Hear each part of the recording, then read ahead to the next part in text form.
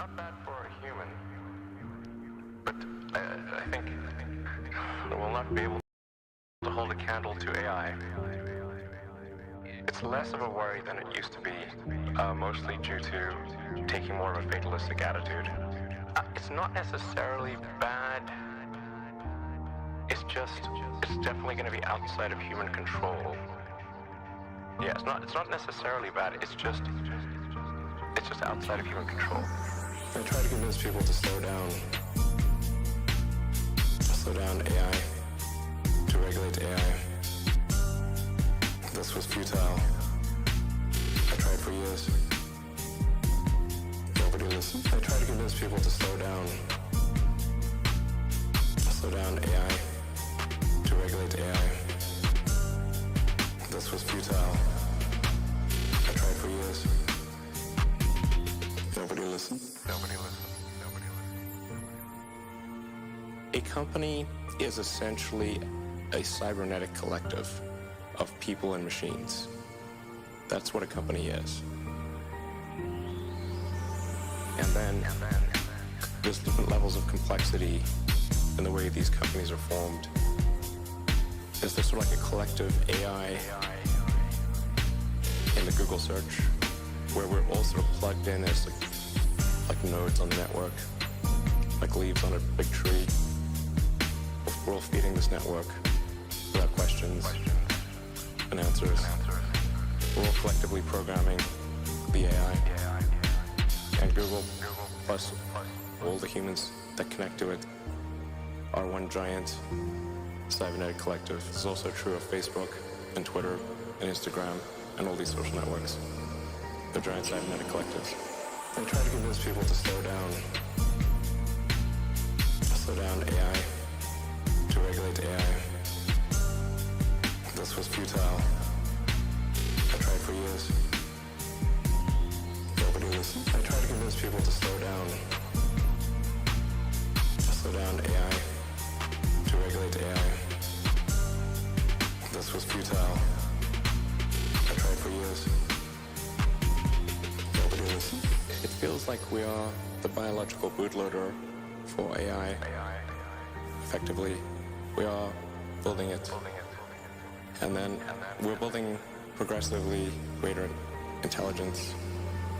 The percentage of intelligence that is not human is increasing. And eventually, we will represent a very small percentage of intelligence. The AI isn't formed, strangely, by the human limbic system. It is our id writ large. All those things, the sort of primal drives, all the things that we like and hate and fear, they're all there on the internet. They're a projection of our limbic system. I try to convince people to slow down AI, to regulate AI. This was futile. I tried for years. Nobody listened. I try to convince people to slow down AI, to regulate AI. This was futile. I tried for years. Nobody listened. Normally the way that regulations work is very slow. Very slow indeed.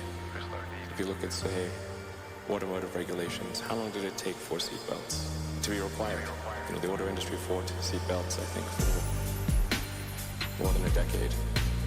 The numbers were extremely obvious. If you had a seatbelt on, you would be far less likely to die or be seriously injured. It's unequivocal. Eventually, after many people died, regulators insisted on seatbelts. This time frame is not relevant to AI. It can't take 10 years from the point at which it's dangerous. It's too late.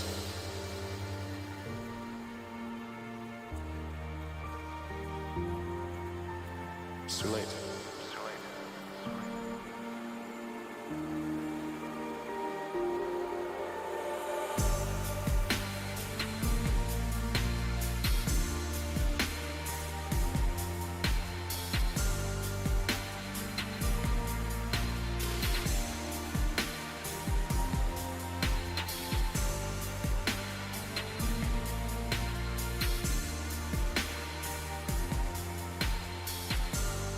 It's less of a worry than it used to be, mostly due to taking more of a fatalistic attitude.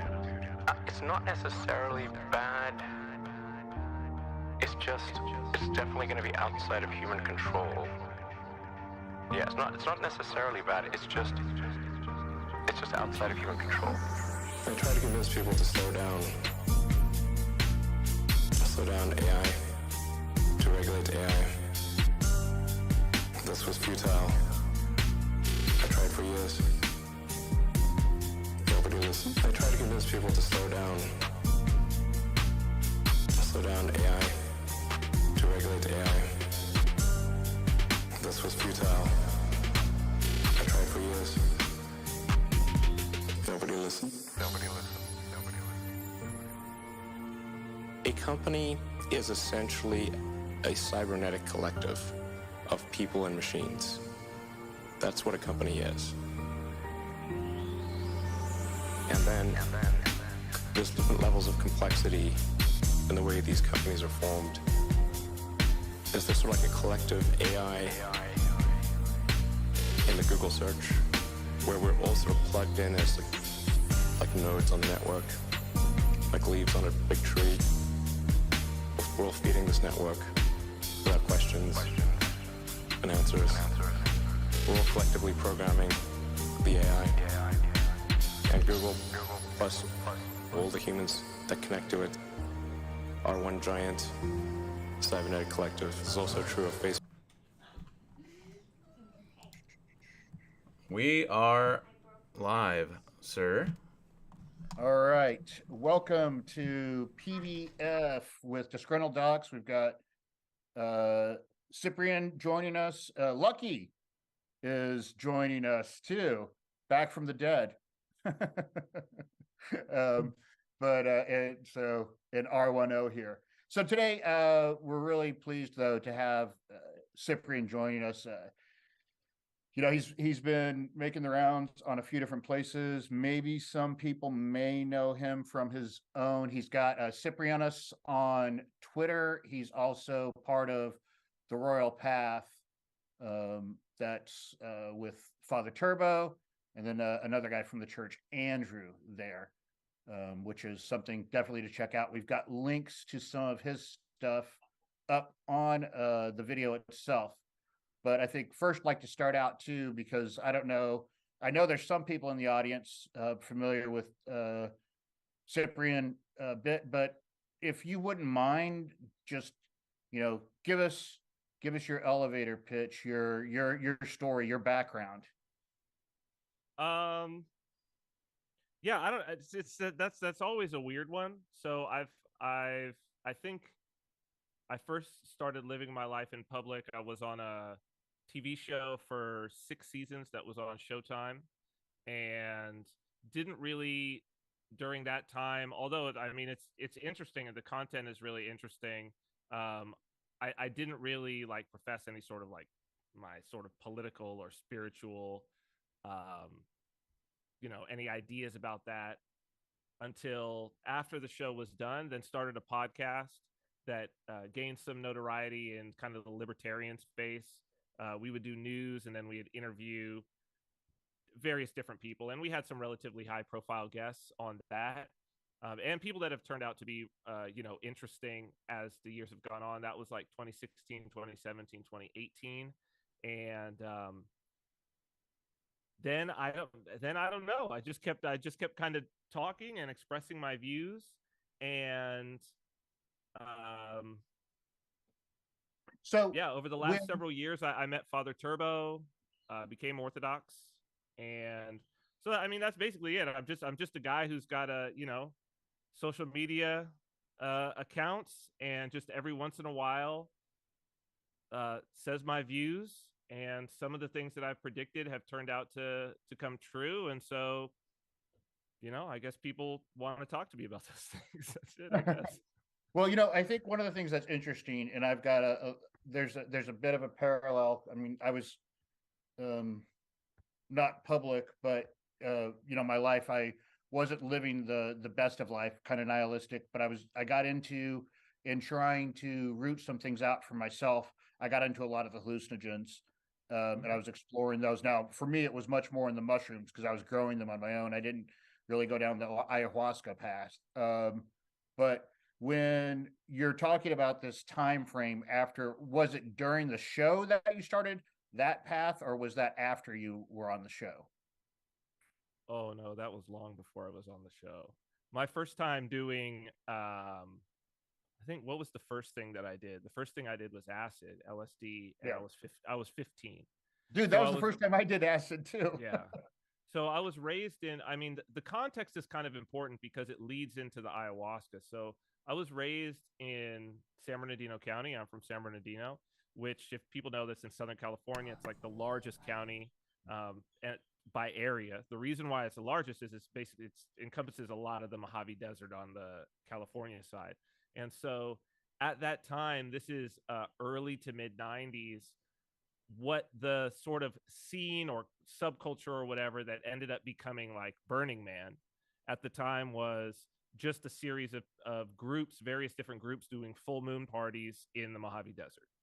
And it was because those parties kept getting raided. So it would be like, it's a full moon, you know somebody who knows somebody, they've got the directions of how to get there. You go on the, highway for a whole long time, and then you're driving on these dirt roads forever, and you come around some corner and it's just like, whoom, there's like this encampment. And I started going to those, started getting invited to those when I was a teenager.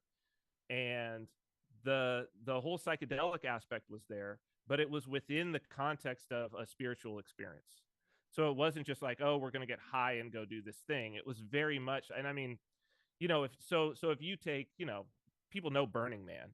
If you take that and you take all the commercial aspect out of that, and you take like that kernel, which is fundamentally this like very evolved pagan ritualistic ceremonial aspect. And so I got involved with that scene and started to, so for me, the psychedelics that were there were always within a ritual context. Like, it was always within a ceremonial context. And even, I approached pretty much all of my drug use, which was heavy, from that time, until basically, I don't know, maybe 2016 or so, when I had my first kid. My drug use was heavy, but it was always in a ceremonial context. And so when I encountered ayahuasca, that to me seemed like it was really just like the pinnacle of all of the things that I was doing. So it was like the most ordered, ceremonial, ritualistic, and also, I think the ordered aspect is what is the thing that appealed the most to me, like where the experience is very standardized. So I was really able to explore, which is what I had, what I was looking for. I was searching for truth. I mean, I was heavily involved in the occult, and that was an aspect of that spiritual practice for me. So the fact that I could go into this experience and it was standardized and I could know what to expect, and there were phases of it and specific spirits that I would interact with that I could keep going back to in sort of the same way and building on it. It's because it's an inversion of the church, right? So it's an inversion of all of that. I mean, this is what the church offers to us: the ability to go deep, and by going down to go up, in an ordered, systematic, structured way. And this is just it's an inversion of it. It's like the shortcut. It's if you want to take a shortcut to it. Yeah. And that shortcut in and of itself, like, that's the big problem. That's actually the trick of the enemy, is that the idea that there could be some sort of a shortcut. It's the deal with the devil. Yeah. And so it was during the period. This was kind of, the reason why I even ended up on the TV show. I mean, I can attribute all of that to my interaction with the demonic, right? To my sort of surrender to that, and my participation in that was just like, I was getting a lot of material reward from that. My life had turned into this like you can't actually sell your soul to the devil, but the idea of selling your soul to the devil, I had definitely done it. And like, people look like the receipts are there. It wasn't just like imaginary. It was like something out of a movie, but literally something out of a movie because it was being filmed for Showtime at that the whole time. So that was part of it, and ayahuasca was just like the kind of the pinnacle. Like once I hit that, I was like, okay, I've got my system. This is my system. So I guess I had fallen into the ayahuasca religion, you could say. I wish I could say my early experience with it was meant to be spiritual, but I was just retarded, like punk rock skate kid. And the first time I did acid, I was actually at school, and everybody was like, "Hey, Harold's got acid," and so it was like that. Like it was just another thing to get high. Like, oh hey, And so I did that at school, which was absolutely insane. I had to get the heck out of school. Yeah. That was pretty intense, but I think later on, it became much more of it wasn't an organized, ritualized type of thing, but I would seek, like, when I would go into it, I would go into it like, I need to fix this. I'm working on this. Like, I'm working on my depression. I'm working on my anxiety, like little blocks like that. And it would help. And that's exactly like you are selling yourself. And I think that you have made this point many times. I've heard you on the podcast that, what's interesting, because you've said it's an inversion, is I think that's one of the things that opens us up much more to orthodoxy as well, because we've seen that spiritual aspect from the pagan side. Yeah, I mean, well, you know that it's real. It's not intellectual. It's embodied. And for me, encountering orthodoxy, there was, because of those experiences, there was no question about, like, is there a spirit world? Are there entities that have their own consciousness, motivation, and all of these things that are interacting with people? And what was, one of the reasons, as I had these very real experiences, I went further and further away from what I understood to be Christianity, but also all other organized religions, because I did not see them accounting for this reality being there. Like I didn't see, it wasn't like I could go and talk to like a Lutheran minister and have a conversation where I was like, yeah, I encountered the spirit and it did this, and that they would be like, yeah, you did. And like, and be able to talk with me in a way, that they're accounting for that reality. And I'm like, well, if your worldview doesn't account for something that I know to be very, very real, me adopting your worldview is foolish. It's absolute folly, right? Because I know that I'm going to encounter things that my worldview can't answer, right? And then I'm going to have to do all kind of weird mental gymnastics about it. And in the worst case scenario, I'm going to like deny that this exists, even though it's having an effect on my life. And by this, I mean the demonic. And then when I encountered orthodoxy, I was like, oh, wait, Christianity is not always, it's not just accounted for this. That reality is like a core of Christianity from the beginning, and it wasn't even orthodoxy that first turned me on to this and first started orienting me towards Christ. It was actually coming across some videos of Derek Prince, who's like an old, like 1970s, 1980s Pentecostal preacher, and him talking about, that was the first time, because I mean, the Pentecostals of all the Protestants are probably the most embodied and the most like aware of like the spirit world and accessing the spirit world. They're wrong in so many things and deluded, but he was very simple things. He was like, just read one gospel all the way through as a story, just as a story, to see like what the ministry of Jesus Christ was. And I thought to myself, I was like, well, I've never done this. I've never done that. I could quote scripture, no problem. Like part of my occult practice was like, I knew, especially the Old Testament, very, very well, right? Because there's a lot of occult stuff in there, or a lot of things that the occult draws from, right? Gnostics, right? You'll encounter Gnostics who are real, true Christian Gnostics who will be able to quote the Bible better than anybody, and to basically tear it apart, to critique it and say, oh, well, this really means this, and this really means this. And so I was like, oh, I'm able to do that. And then I just read and I was like, oh, he's healing the sick and casting out demons. I was like, well, how can you be like, if that's the ministry of Christ, how can you be a Christian and not like be concerned with the demonic as like demonic entities, like real entities that are communicating and interacting with humanity? And that was the beginning where I was like, oh, maybe Christianity does account for this, but I still was unaware of Orthodoxy, right? So I just was like, well, but maybe I could access Christ. So it was like fasting, praying, asking in prayer to be taught how to pray. Like that was constant.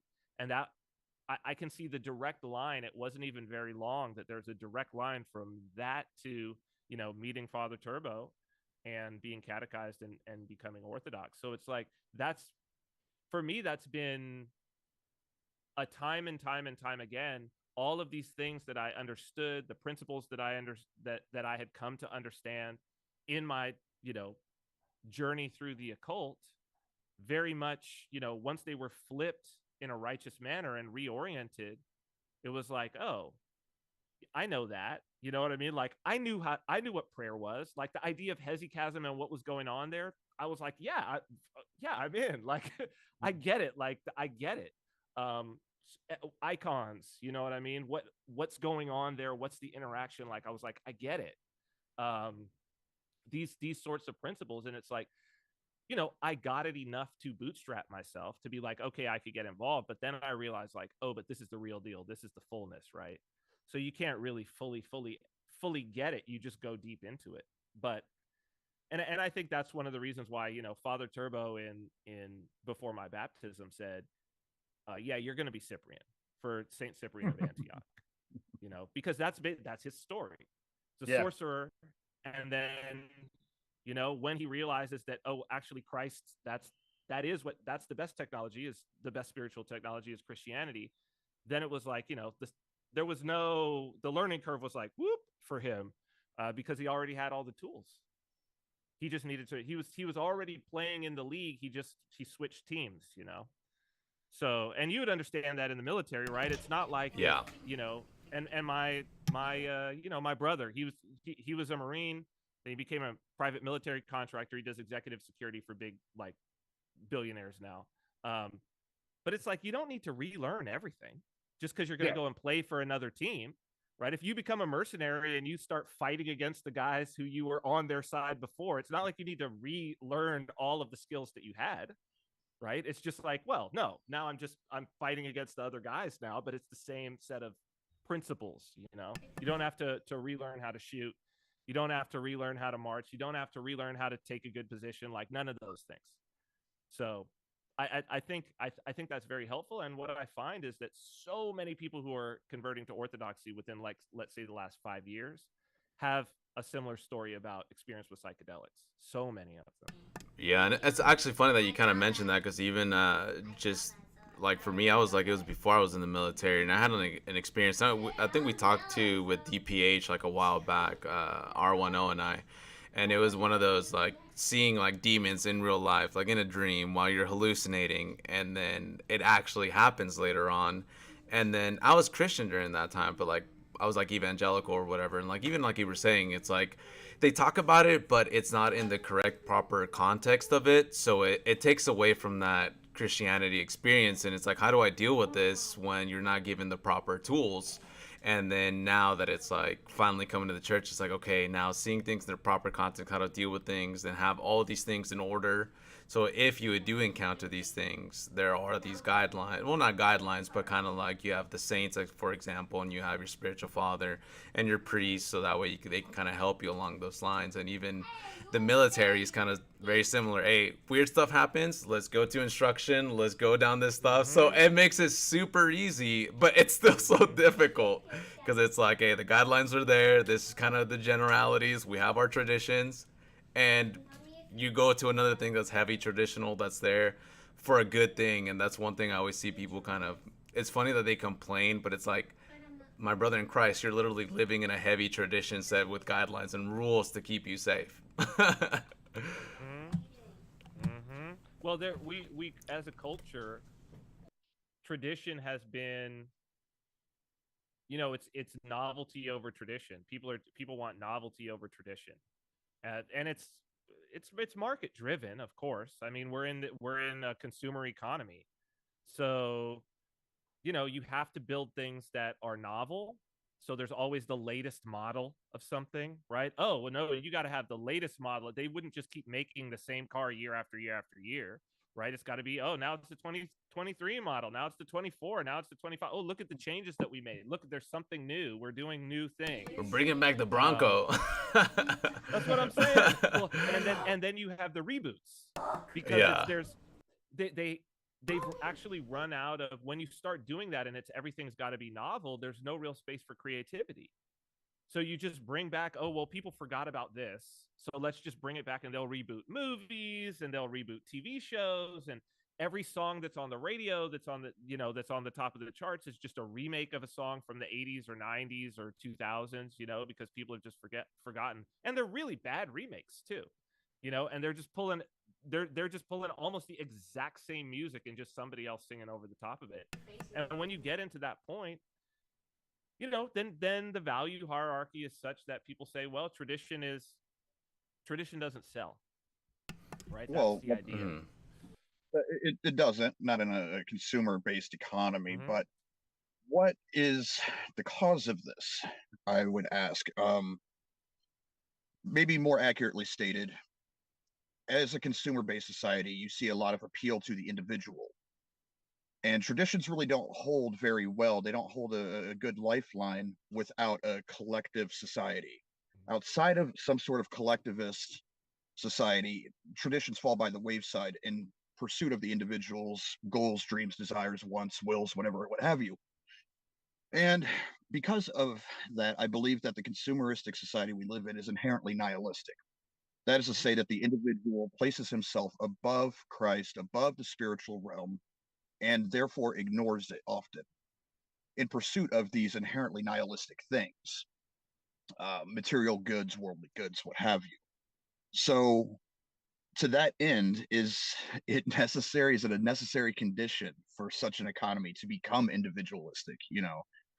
It's something that's been bugging me as of late, but particularly the absolute nihilism with which people conduct themselves these days. Well, the consumer is always an individual, right?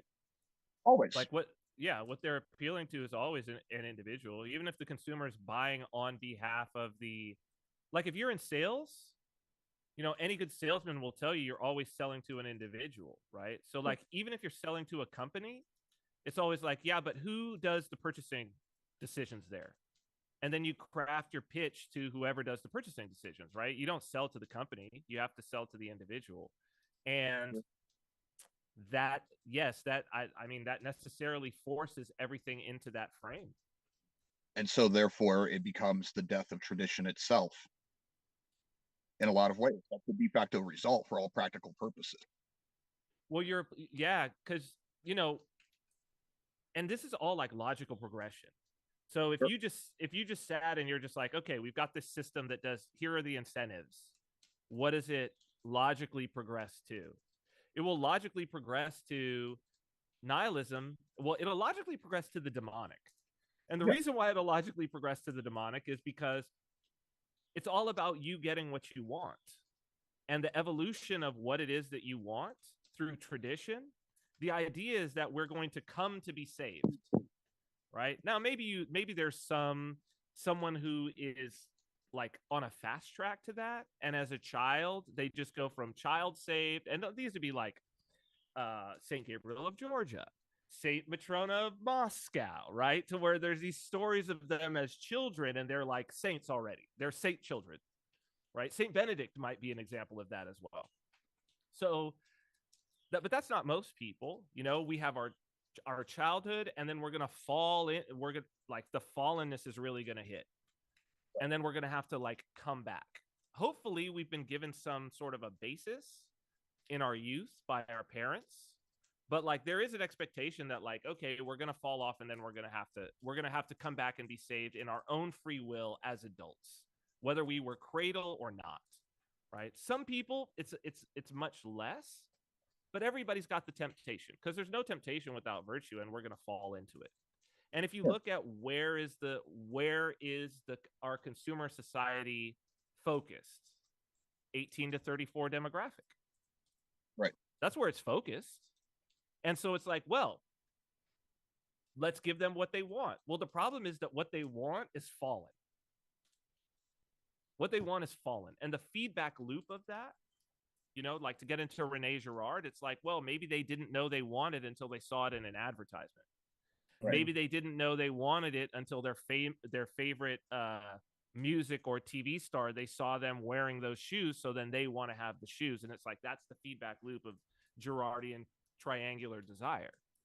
And so you get this logical progression of, well, you start that feedback loop going. Like, how do you get out of it? Number one, that's the first challenge. You know, like basically you got to hit rock bottom. But then it's like, well, then that means we're headed at rock bottom. That's the point. We fall into the consumerism. We head toward rock bottom. And if you don't know that Christ is there, or which you could only know if you have exposure to Orthodoxy, then what choice do you have besides nihilism, right? Like, what does it all matter when you finally figure it out? Like, what does it matter?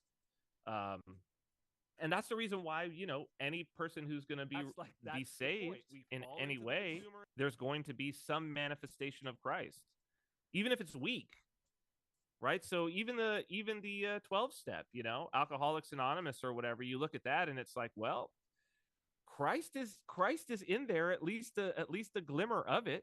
It's an exorcism protocol for the most part. That's what it is. So it's like, so it's there. Orthodoxy will get you there much, much more cleanly, you know, so maybe the two of them combined, you know, for recovery is good, but eventually that's what we end up with. It's like the consumerism is the demonic. The demonic always heads towards the individual, and it always heads towards nihilism because the demons hate mankind. Well, you know, it makes me think of something that, I'm sorry, Jason. Well, I just wanted to, it's something I thought that was kind of funny. I'll get it out real quick. It was with regards to the AA program, the early days upon that, the founder of the AA program was a big proponent of psychedelics. So they've gotten away from that, of course, but he wrote about it very, very extensively. And I just think it's funny in the context of a lot of guys having psychedelic experiences leading them to orthodoxy. Just a weird little observation. Or even the fact, even like early psychiatry, it might be psychology, I can't remember which, but they used to use MDMA for couples counseling for PTSD, and they used to use that early on. I got into an argument when I was in college with my psychology teacher, and I was like, no, like this is what they were doing. She's like, no, they weren't. And I'm like, you know, I was like 18, 19, thought I knew everything. But it was like, no, it's like there's that history of it for opening up, dropping a little bit of that guard and that defense, so that way you're a little bit more vulnerable, but you're able to kind of revisit those experiences, and just if it's PTSD, if it's social trauma, you know, whatever it might be, it can kind of help open up and heal that a little bit. And granted, it's not going to do it the same way the church does, and even just like going to a confession and just really pouring it all out, and you know, and then having the Holy Spirit, you know, and your spiritual father kind of leading you in that way, and then abiding to what you're being guided to do. But it definitely has that correlation on there that just, like you said, is that inversion. And then once you see the actual truth and then you follow it to it, as hard as it is, but that's the beauty of that struggle, that, you know, it's like, okay, it's gonna be worth it, especially most of us that have been through things, and you've been through difficult things. When you see the other side of it, you're like, man, that was tough. We got out of that like alive, barely. Even like on deployment, there's times where I don't even know how I got out alive, and I'm all in one piece. But it's like, now looking back, it's like, hey, that's all God, and I can't really say anything else. When like one example is like we drove over an IED, which is like an improvised explosive device, and it was like 150 pounds, so massive thing. And we had driven over it multiple times, and then one day another convoy is running through. There's a small detonation. EOD comes out, and they're like, yeah, there was 4 other smaller IEDs daisy-chained, like 40-pounders, and the 150-pounder is completely intact. And yeah, so like you see it and you're like, oh man, that was really lucky. But now it's just like, no, like my mom was like praying like the whole time, my wife, so it's that's really all you can like account it to, is just like it's not luck, it's God's providence and grace that like. And it's hard sometimes to deal with that, and it's like, okay, like I have to learn to be grateful that like especially when you see your friends getting like hit or hurt, and it's like, man, that could have been me. But then it's like, okay, they're alive, and I still have to be grateful for that regardless. But I think one of the things that to the discussion of the consumerism, it got me thinking about something that um, often you talk about and Father talks about. Father had brought it up initially too, was how with the way that they're rehashing everything with that nihilism, but it's the banality of it all. And the creation of banality, it seems to run hand in hand as well with the multiple genders. So you atomize the people with banality at the same time, and how the framework is the way I see it, this blueprint that also allows for that much more control of the individual. They think they're individuals, but they're not. They're easily controlled NPCs, I guess, like for lack of a better purpose. And it's interesting how it grows. Because, like, for example, so when I was listening to your conversation with Jordan Peterson back in 2017, that was right around the time where it wasn't too long after he was getting famous, because he was at, I believe it was the University of Toronto, or was that what it was? He was at the University of Toronto. That's where he was. Yeah, and he was battling against, because that was where the pronoun police were coming out then. And what was interesting too, one of the things that he said in that discussion was how he had like 20 of the transgendered people had reached out to him at that point, and all of them were in support. And I'm like, I really wonder, because that's like 6 years ago, like what would be the interaction now for him at that point? It's kind of interesting. And I guess I'm kind of intrigued. I know for myself, I was at a point of trying to solve some things in my life. Obviously always, and I think a lot of things got solved once I hit Orthodoxy. But what kind of took you towards Jordan Peterson? There's a lot of people that follow us that are big, Jordan Peterson. There's a lot of people from the military, the whole thing, clean your room. There's a lot of those concepts. Well, and I think it was Admiral McRaven too, was like, make your bed, and that's a big thing that's been passed around as well. Don't forget to clean your room, Bucko. Well, and I guess, where were you at when you found yourself with Jordan Peterson? Because that was one of the things that actually got me back interested in some of the biblical stories. But then I found that he wasn't telling the stories necessarily right. He was doing this weird Jonathan Pajot thing that was missing the plot. Well, it's Gnosticism. What he was doing is Gnostic, right? So he's a Gnostic, like he's the number one Gnostic probably on the planet right now. And that's what the psychological significance of the biblical stories. I mean, it's a Gnostic presentation that he's giving.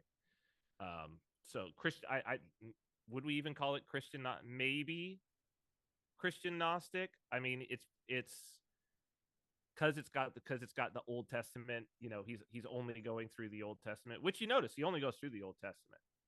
Like they even did more Exodus, which is like, if you read the Lives of the Saints, it's like, oh, Saint Nicetas of Novgorod. Oh, hello there. Like, yeah, visited by a demon, right? Pretending to be an angel. Could quote the Old Testament, and could even do some healings and things like that. But he was possessed. And for me, the reason why Jordan Peterson, and I was onto him very, very early, recognizing what was going on. I had in probably 20. Oh man, when was it? Again, I mean, I was deep into the occult in my all my teens and 20s, and so I had ran across and absolutely just devoured anything I could from Joseph Campbell, his books, his talks that he had given. I had found a lot of them on file sharing networks, probably 2005 through 2008 or 9. And for those people who don't know him, they might be familiar with the idea of like the hero's journey. So he's the one who popularized this concept of the monomyth, that like there's only one story that's ever told. That's from his book, The Hero with a Thousand Faces, which was written in the 40s. There's actually there's like some cool clips. There's one, George Lucas giving him an award, I think somewhere in the 80s, who said, I wanted to write a space opera in my early days of filmmaking. And I had kind of started, and he said, but then I came across Joe's book, Hero with a Thousand Faces. And he's basically just like, I just copied exactly it's like 12 things. I just copied exactly that. And there was Star Wars. And he said, if I hadn't found the book, I would probably still be trying to write the space opera to this day. And so I had run across that, and it was like, it was Gnosis. It was actually, I was reading David Mamet's book, Three Uses of the Knife, and he mentions it in there. And a buddy of mine who had given me the book was like, you also need, see this where he says Joseph Campbell, you also got to read Joseph Campbell. He was working at an art gallery and bookstore in Echo Park in LA that had all kind of craziness in there. And he was putting me up on all these very interesting kind of occult adjacent books. And after I read that, I started to see in every narrative, like to where I started to get this predictive power, which is what the occult does, which is what Gnosis does, right? Secret knowledge, Gnosis, right? This idea of, now there is no secret knowledge. And it's funny that then David Mamet actually wrote a book years after that called The Secret Knowledge, saying that there is no secret knowledge, right? So it was kind of weird that it was like David Mamet putting me, but that's how things work.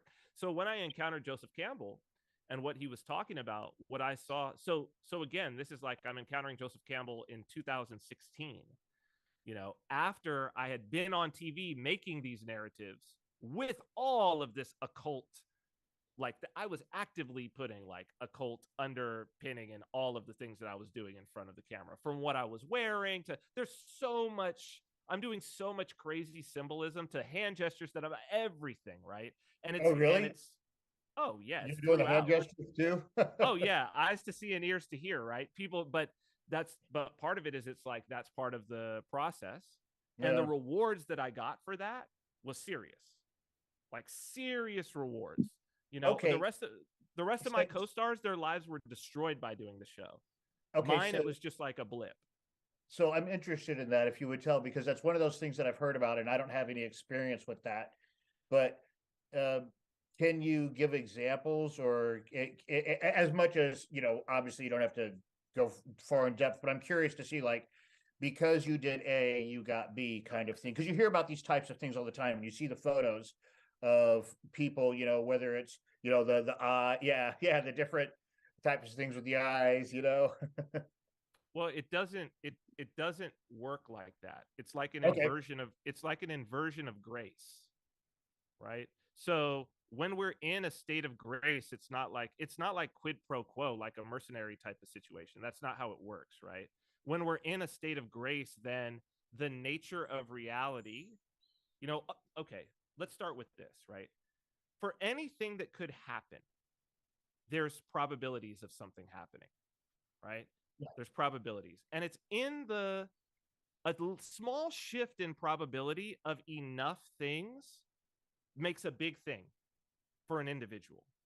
Sure. Right. Sure. So there's in the world, there's probabilities. If this guy makes a left instead of a right, if this person, decides that they want to go up to the bar and get a drink at this time, which means you bump into them, which means you have a meeting, as opposed to this other time. Right. And at the spiritual realm, these entities, they're looking up above, right? They're playing chess. Yeah. Yeah. They're playing chess, right? On both sides of the equation. Mm-hmm. And so they're moving the pieces around, and they don't need to move it around very much, mm-hmm. right?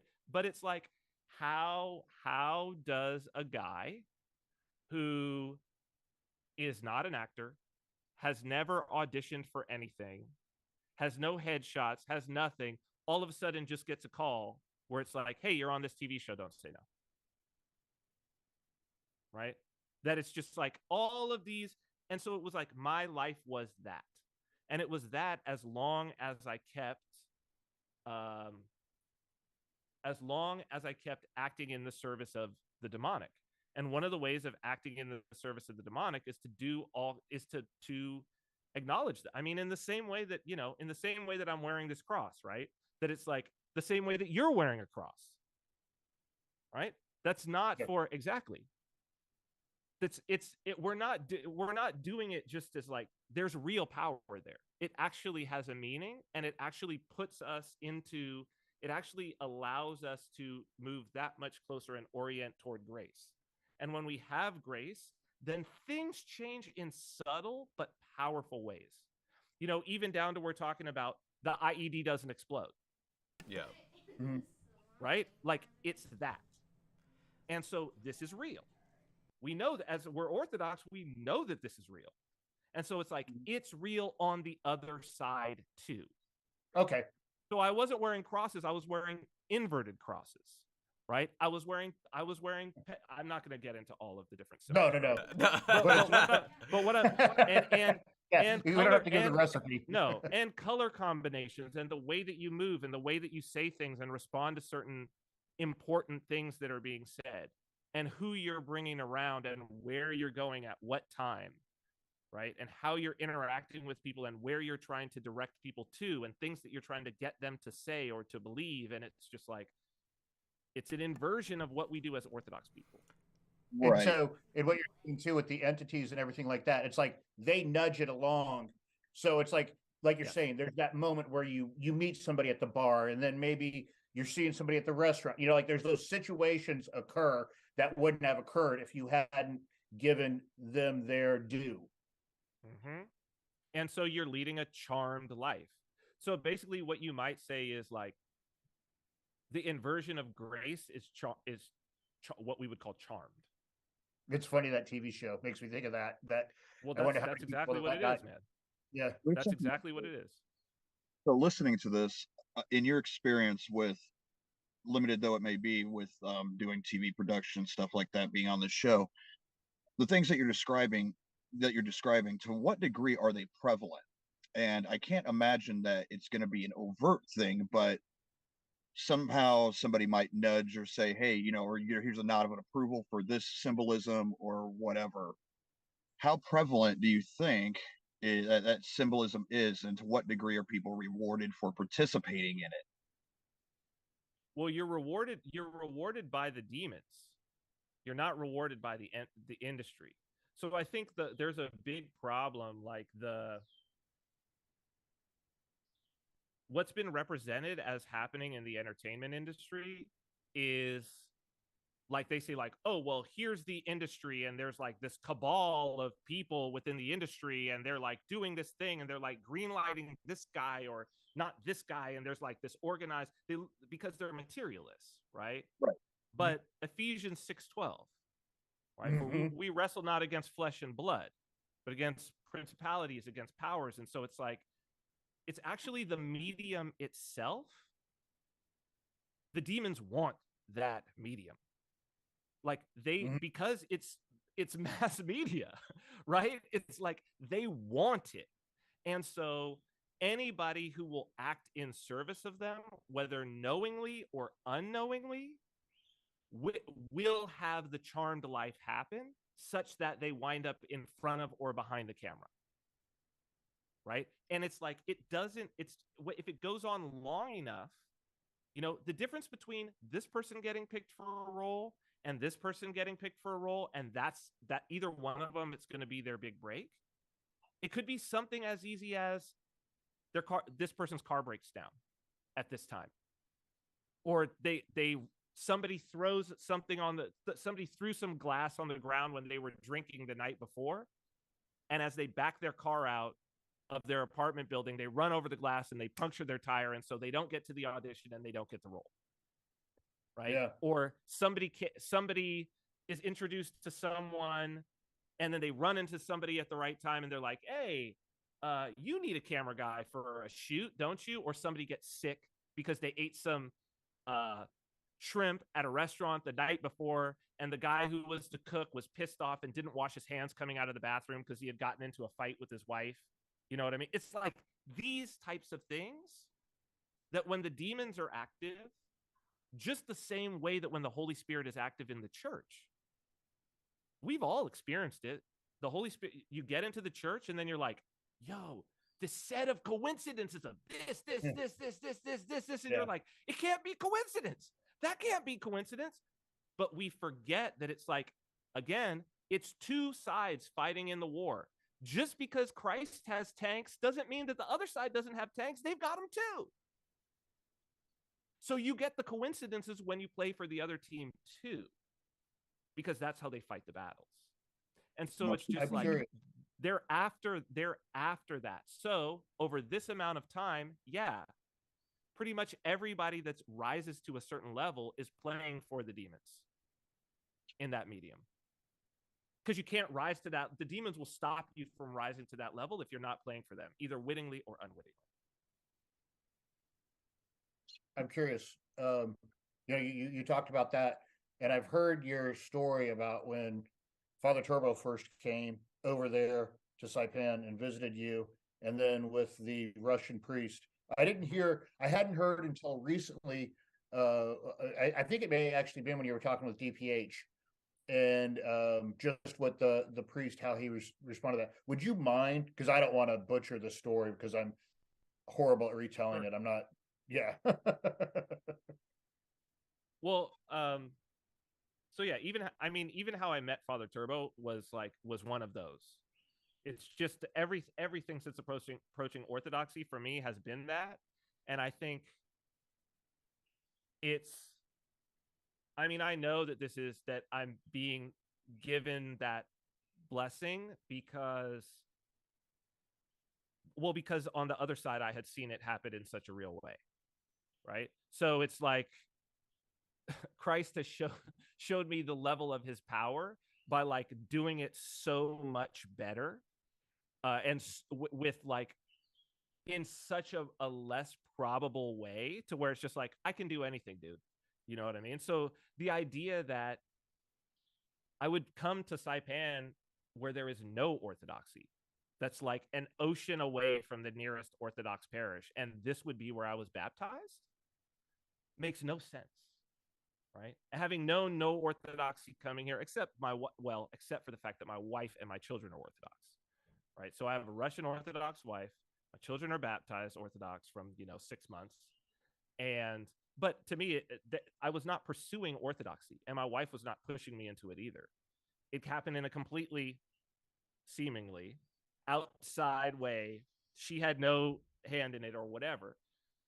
But needless to say, Father Turbo came out here in like June of 2021, baptized me.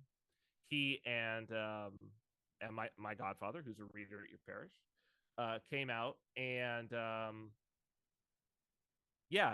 there's a Russian community here. It's not that far from Russia, so it's a 4-hour flight to Vladivostok, closer to Sakhalin Island. So there's a Russian community here, and Father was able to confess and commune some of the community and everything, and which was wonderful. But he had left and said, this was great. One of the things he said as he left, he was like, it was really wonderful that this was able to be done for the Orthodox community who's there. He said, but yes, they recognize me as an Orthodox priest. Yes, the tradition is there. Yes, sort of the respect and the connection is there. He said, but still, there's the cultural aspect. I'm not Russian. I don't speak Russian. It would have been totally different if there was a Russian Orthodox priest here. Like I would love that for this community. And within 30 days, it was July 4th. He came out like the first week of June. Like within 30 days, July 4th, I'm on the beach with my family and some friends. And July 4th, we're all out there. Otherwise, I probably wouldn't have been out there. My buddies wouldn't have been out there. And we, I left. We were about to leave. I left my seat to go down to the water with my youngest and play for a little while. And I got to the edge of the water and I just glanced back, and sitting in the seat that I had left not 30 seconds before was a Orthodox priest in a black cassock with a giant silver pectoral cross, sitting there right next to my wife. My wife is weeping. My friends, like, mouths and eyes are like, because they had participated in like the baptism, they had gone to services, they were very impressed, with the whole thing, and they thought that, wow, this is so cool. Those same guys are sitting there, their mouths are agape, the whole thing. So I come back, I say, Father bless, and then, what are you a priest? And he's like, yes. I said, you're an Orthodox priest? He's speaking with a Russian accent. Yeah. I said, yes. I'm like, this isn't. So I sit down and I'm like, no, you don't understand. Like, I'm just recently baptized. Like, this is crazy. We had thought that these were like the first Orthodox services that had been done on the island, that that my spiritual father had come and done. And he said, well, yeah, I checked church records, and there had been no Russian priests from the church. He said, as far as I know, any Orthodox priest for 200 years. He said 200 years ago, some priest on a ship like went by or whatever, and they've got like the records of that. And he said, yeah, my name's Father Kirill. I'm a mission priest. I have a parish in Taiwan. It's what's called a Matokian. I said, oh, that's interesting. Like, who's your bishop? He said, no. I'm like it's a special thing. He said, I answer directly to Patriarch Kirill. And so he did, my friends are sitting there like, and he just looked at him like without missing a beat. And he said, this is how you know that you're dealing with the true Church of Christ. Because all the things, that the level of improbability, he said, he wipes that away. It's just, it doesn't matter. That would bring like tears to my eyes, like, just because of the profoundness of it, because I've had some of those moments too. And it's just compunction, right? You can't describe it. You can only feel it. And that was, it was incredibly emotional. I think everybody there had tears that welled up. So, the wonderful thing about it was he was here, did services, spent time here, continued to catechize, the friends of mine who were there, both while he was here and then in the time since. And two of them, they're two brothers who live here, who are actually from close to my hometown, which is weird. And then we both wind up here. They're actually, as we record this, they're in Hawaii, and they will be baptized tomorrow.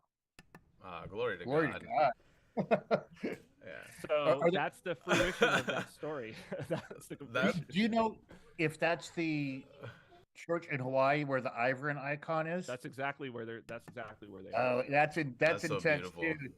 Yeah. Because we spent quite a bit of time here with that, and my mother, who I guess she's pantheistic or something. Like my garden is my my church. Right. But she actually went for that, and she was very touched by it. And I can remember too, like walking in the day I walked in. I don't know how much you've ever experienced this, or either of you, or even I know Jason, you went a couple times, right? But there's times when sometimes I'm there and I'm just like, I'm such an awful sinner. Like, do I belong here? Like, I stay, don't get me wrong, but it's like just that overwhelming emotions, just like, man, I am so impure. The conviction.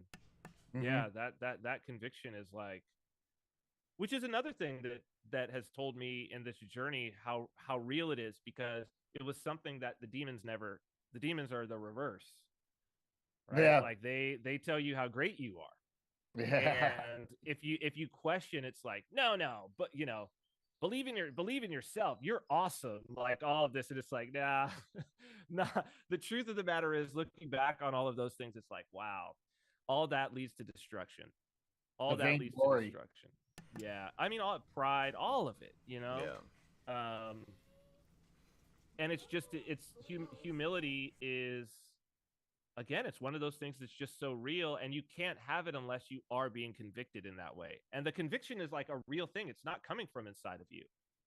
What you're being shown, you could never generate it inside of yourself. You could fake being humble or something like that, but that's not humility. Yeah. So, but then that conviction hits, and just as you say, it's just like, oh man, I am such a sinner. Like, and it's legit where you're like, I am such a sinner. I can't even, like, I don't even know what to do. Like, this is just the worst, And, but that's the only way to repentance. Yeah, and then you're grateful later after, just like, oh, like, thank you. That- It's just so, and even talking about the icon, it was in Dallas not so long ago. And it's funny enough, we were just talking to one of my friends last night, and she's pregnant, and her and her husband, like, it's awesome, but it's been a struggle for them, and they were going to Dallas for something else, and then they found out that the icon was there. So they're like, those plans, you know how God works, that other thing they were supposed to go to, all of a sudden, it's not there. So they're like, they go visit the icon, and then as she's coming close, like, she just feels this uncontrollable, like, thing going with her body. But then I was hearing the conversation. I was trying to, like, say bye to, like, my priest, and then they're like, oh no, it's cool if you guys stay, because we're, like, really close and everything. And then he said something that was just, it completely blew my mind, that he's like, think about the Theotokos when she was approached. Fear and trembling. And that was her, my friend, approaching the icon. And then after that, like, found out she was, like, pregnant. It wasn't planned, nothing. And it just all happened in that, like, perfect, like, people would say it's luck. It's like, no, it's like all these things coincidentally aligning perfectly like that. And then just, it's, yeah. And last night I was leaving from Pre-Sanctified, and I was like my jaw, like, as he was telling her, and I was like, oh, like, like, what else could you really say? And she was still trying to take it in, and we were like, my wife and I were both nodding, and it's like, what are you gonna say? Like, it's all there. It's pretty incredible, and it's very, very real. Yeah. And I think the difficult part of where we're at in modernity is that, and the reason why we're headed into such a hellish situation as we're headed into, is that the tools of the culture is like, just push that off as coincidence, just push this off as coincidence.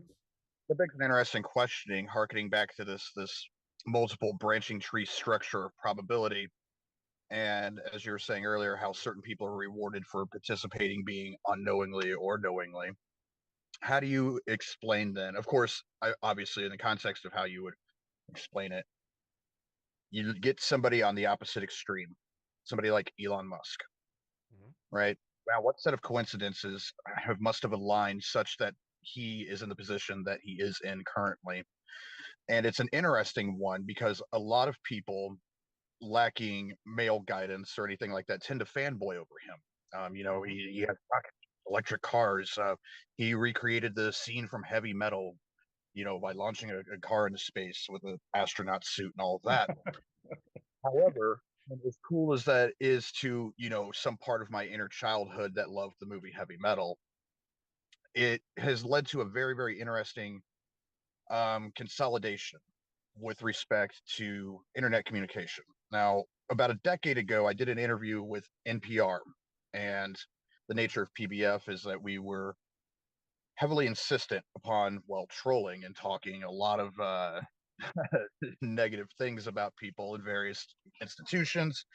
But at the time, what my chief concern is that the First Amendment would be outsourced to corporations. And more than that, free speech worldwide. So over this time, over the past 20 years, you've seen the internet more or less become consolidated into various pornography sites, Facebook, social media, Twitter. These become, it's not like the days of having, bulletin boards or anything like that. So you have an Elon Musk now who controls the largest propaganda apparatus on the planet, who has made some concessions about U.S. government and other government interference on this platform. And to me, that seems like a bit of a Rogerian concession, in the sense that it's going to happen, but get continually worse. So what does that make Elon Musk in this context? Well, Elon Musk actively serves the demonic. Like, and he's not even, he doesn't even, like, try to hide it. You know what I mean? I mean, go and look at his Twitter avatar right now. It's him in a demon suit. Right.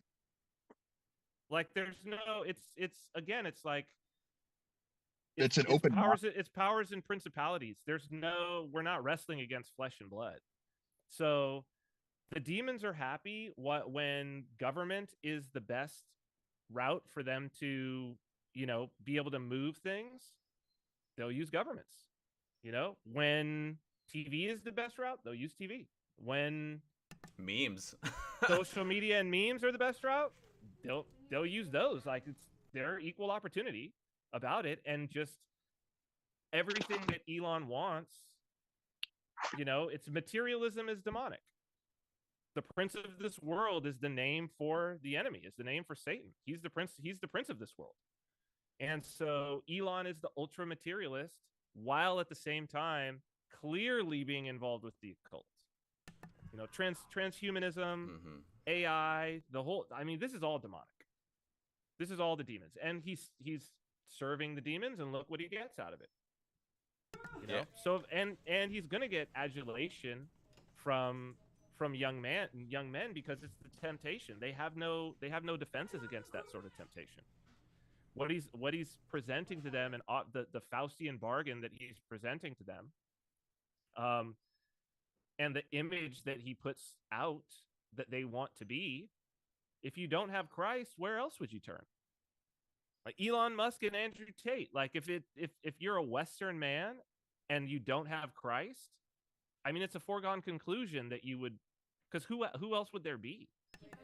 Like if you're looking for the top of the hierarchy that you're going to look toward, who is the person to look toward? It certainly is not going to be any president or prime minister. Is it going to be an athlete? Not nowadays. Like athletes aren't heroes the way that they were 30 years ago. Not if you're not in the English speaking world. Right. So it's like, who else would it be? If it's not Elon Musk. My brother Seraphim and I were talking about that last night with respect towards Andrew Tate, and what a horrific example of alleged manhood. This guy is a pimp. He's a prostitute out, is a known woman beater, and he had some moderate success as a kickboxer. So it isn't as though he's throwing love taps on these women here, particularly in Eastern Europe. Even being cursorily familiar with how cultures treat women in Eastern Europe, the subjugation is very real, morally and spiritually. And he is this harbinger of that has created this. I so loathe the term toxic masculinity because it is overused. I hate even hearing the word toxic. But that guy, if there were an embodiment of that moniker, it would be him. And I cannot believe that he's risen to the levels of which that he has. How? Well, who else would? Well, yeah, it's a good question. Who would fill that void? In the medium, I guess what I'm asking is, in the medium of like social media video, TikTok, YouTube, given the incentives, right? Sure. Who else, like if you're not behaving that way, you can't rise to the top. Sure. Yeah, it's incentivized. And that harkens back to the demonic nature of it all, this materialism, this consumerism, this constant revamping, rebooting with these safe properties and things like that. It's not a theme drought. It's not an originality drought. It's a demonic deluge is what it is, because it works and it's proven effective.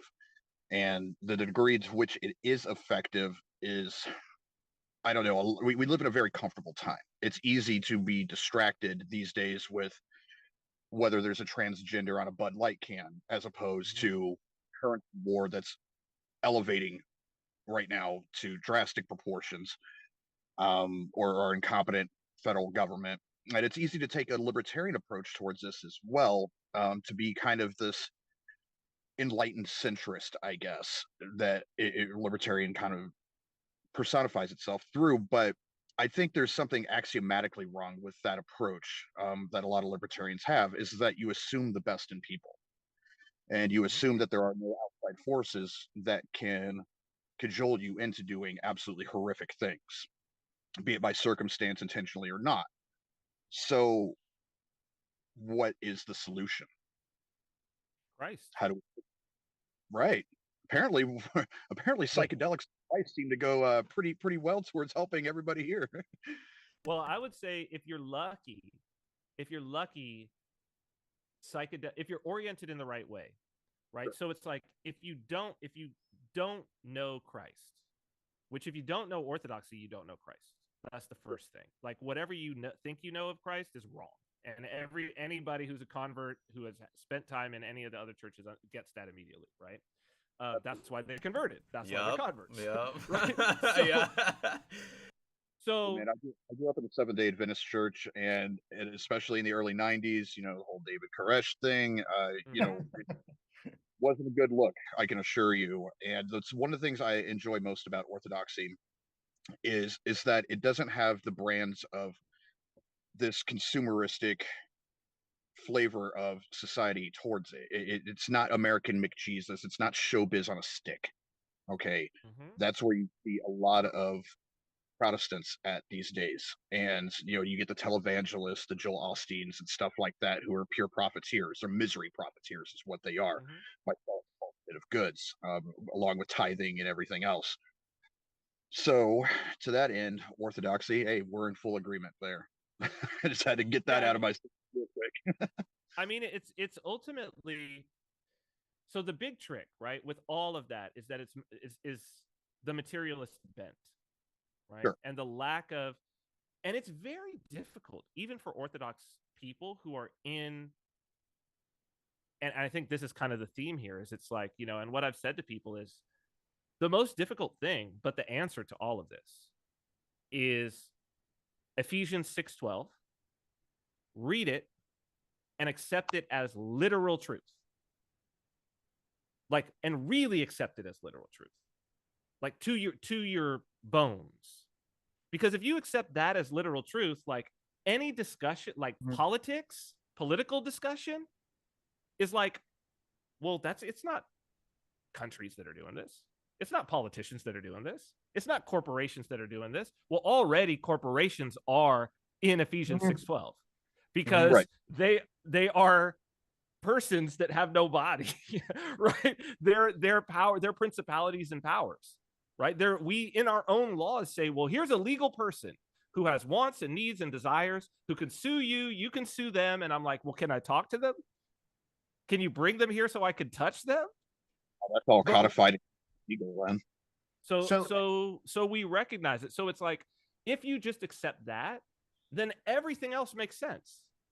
And then you also understand that it's like, well, if Andrew Tate is rising, and you say, well, Andrew Tate, well, of course Andrew Tate is rising. Like the demons want control of this platform. Christ doesn't need control of the platform, right? He can use it. There's no problem. He doesn't need it. The demons need it, right? They need control of the entertainment industry. They need control of mass media.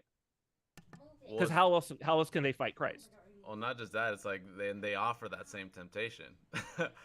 Like, hey, I'll give you the world, I'll give you the fame, I'll give you everything, and then it's so easy to just like say yes, because it's like you said, you live in that charmed life, all these opportunities, quote unquote, keep appearing, and you're just like, hey, I'm living it good, but really, it's like most people like that, they don't see the good end out of it. They end up like unaliving themselves, sadly, because the chickens always come home to roost. Yeah.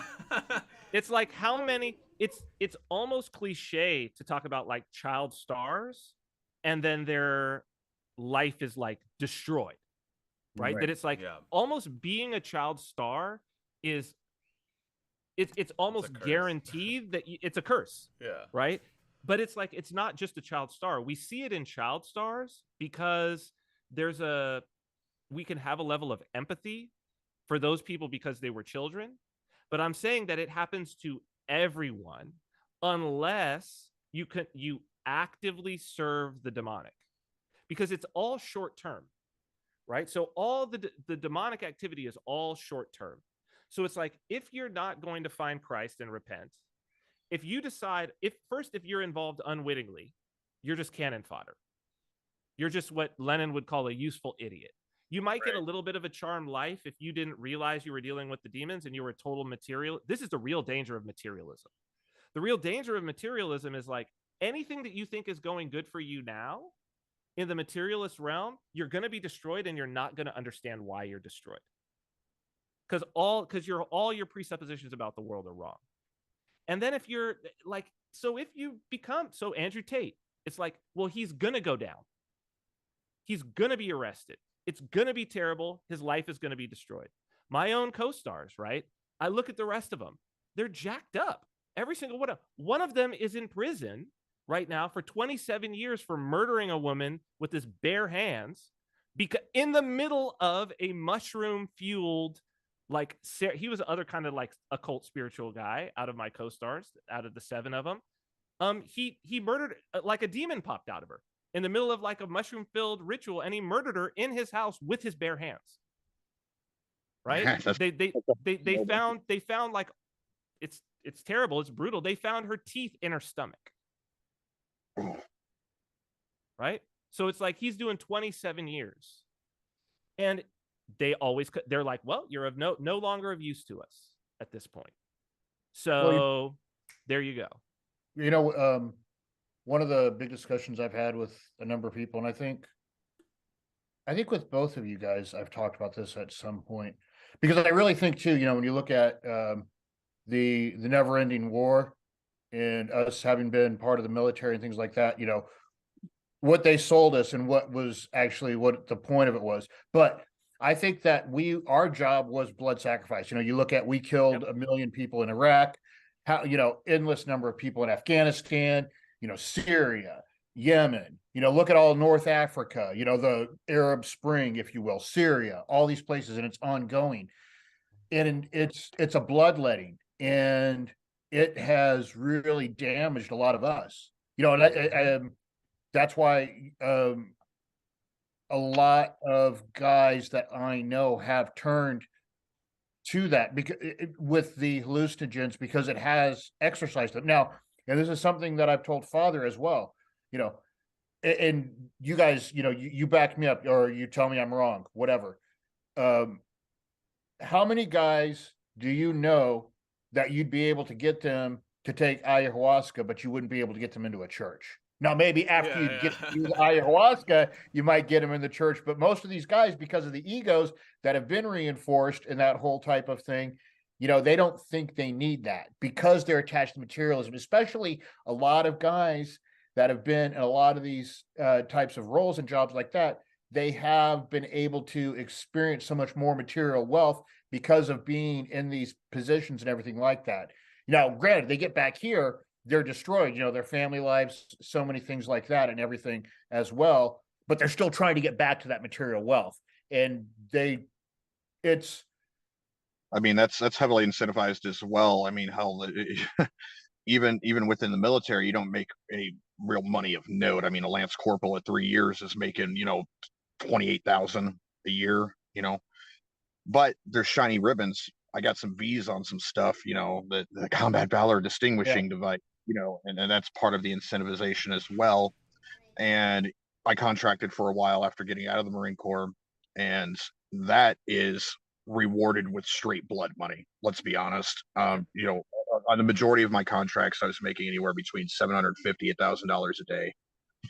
And it's easy to fall down that deeply materialistic path and forget yourself because you're surrounded by goods and services, but nothing of real substance is there. You're a hollow, vapid, walking shell. You're being bled by psychic vampires at that point, you know. And what you're really doing with materialism is just pulling the rug over the blood stain on the floor that is your spiritual well-being. And it's absolutely disheartening. And because of having seen that negative side, though, and all that it encompasses, is kind of driven me to the point to where I am at today. You know, I'm very borderline monastic. You know, I hunt as much as I can. I make teething rings for my son, you know, out of wood that I'd chop, out of leather that I've made.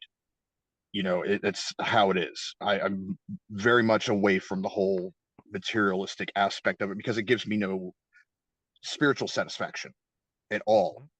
And having gone back towards that, if you can't tell, I'm a big fan of the Hesychast. Big fan of it. I do a lot of reading, so it's I find to be more spiritually rewarding. And I think a lot of these brothers of ours, if they gave Orthodoxy a chance, just step into a church, man. Just one Sunday morning, just go, just listen. That's all you got to do. Just stand and listen. For me, my first time attending was deeply profound.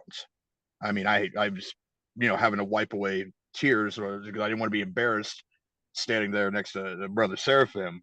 And I remember we talked about that often, that initial just shock to the system that it is.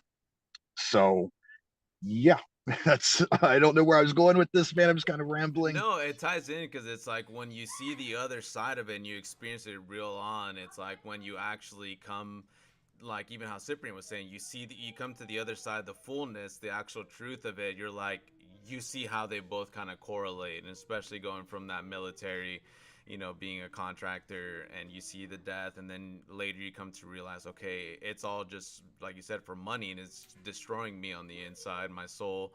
Everyone around me is not happy. I'm not happy.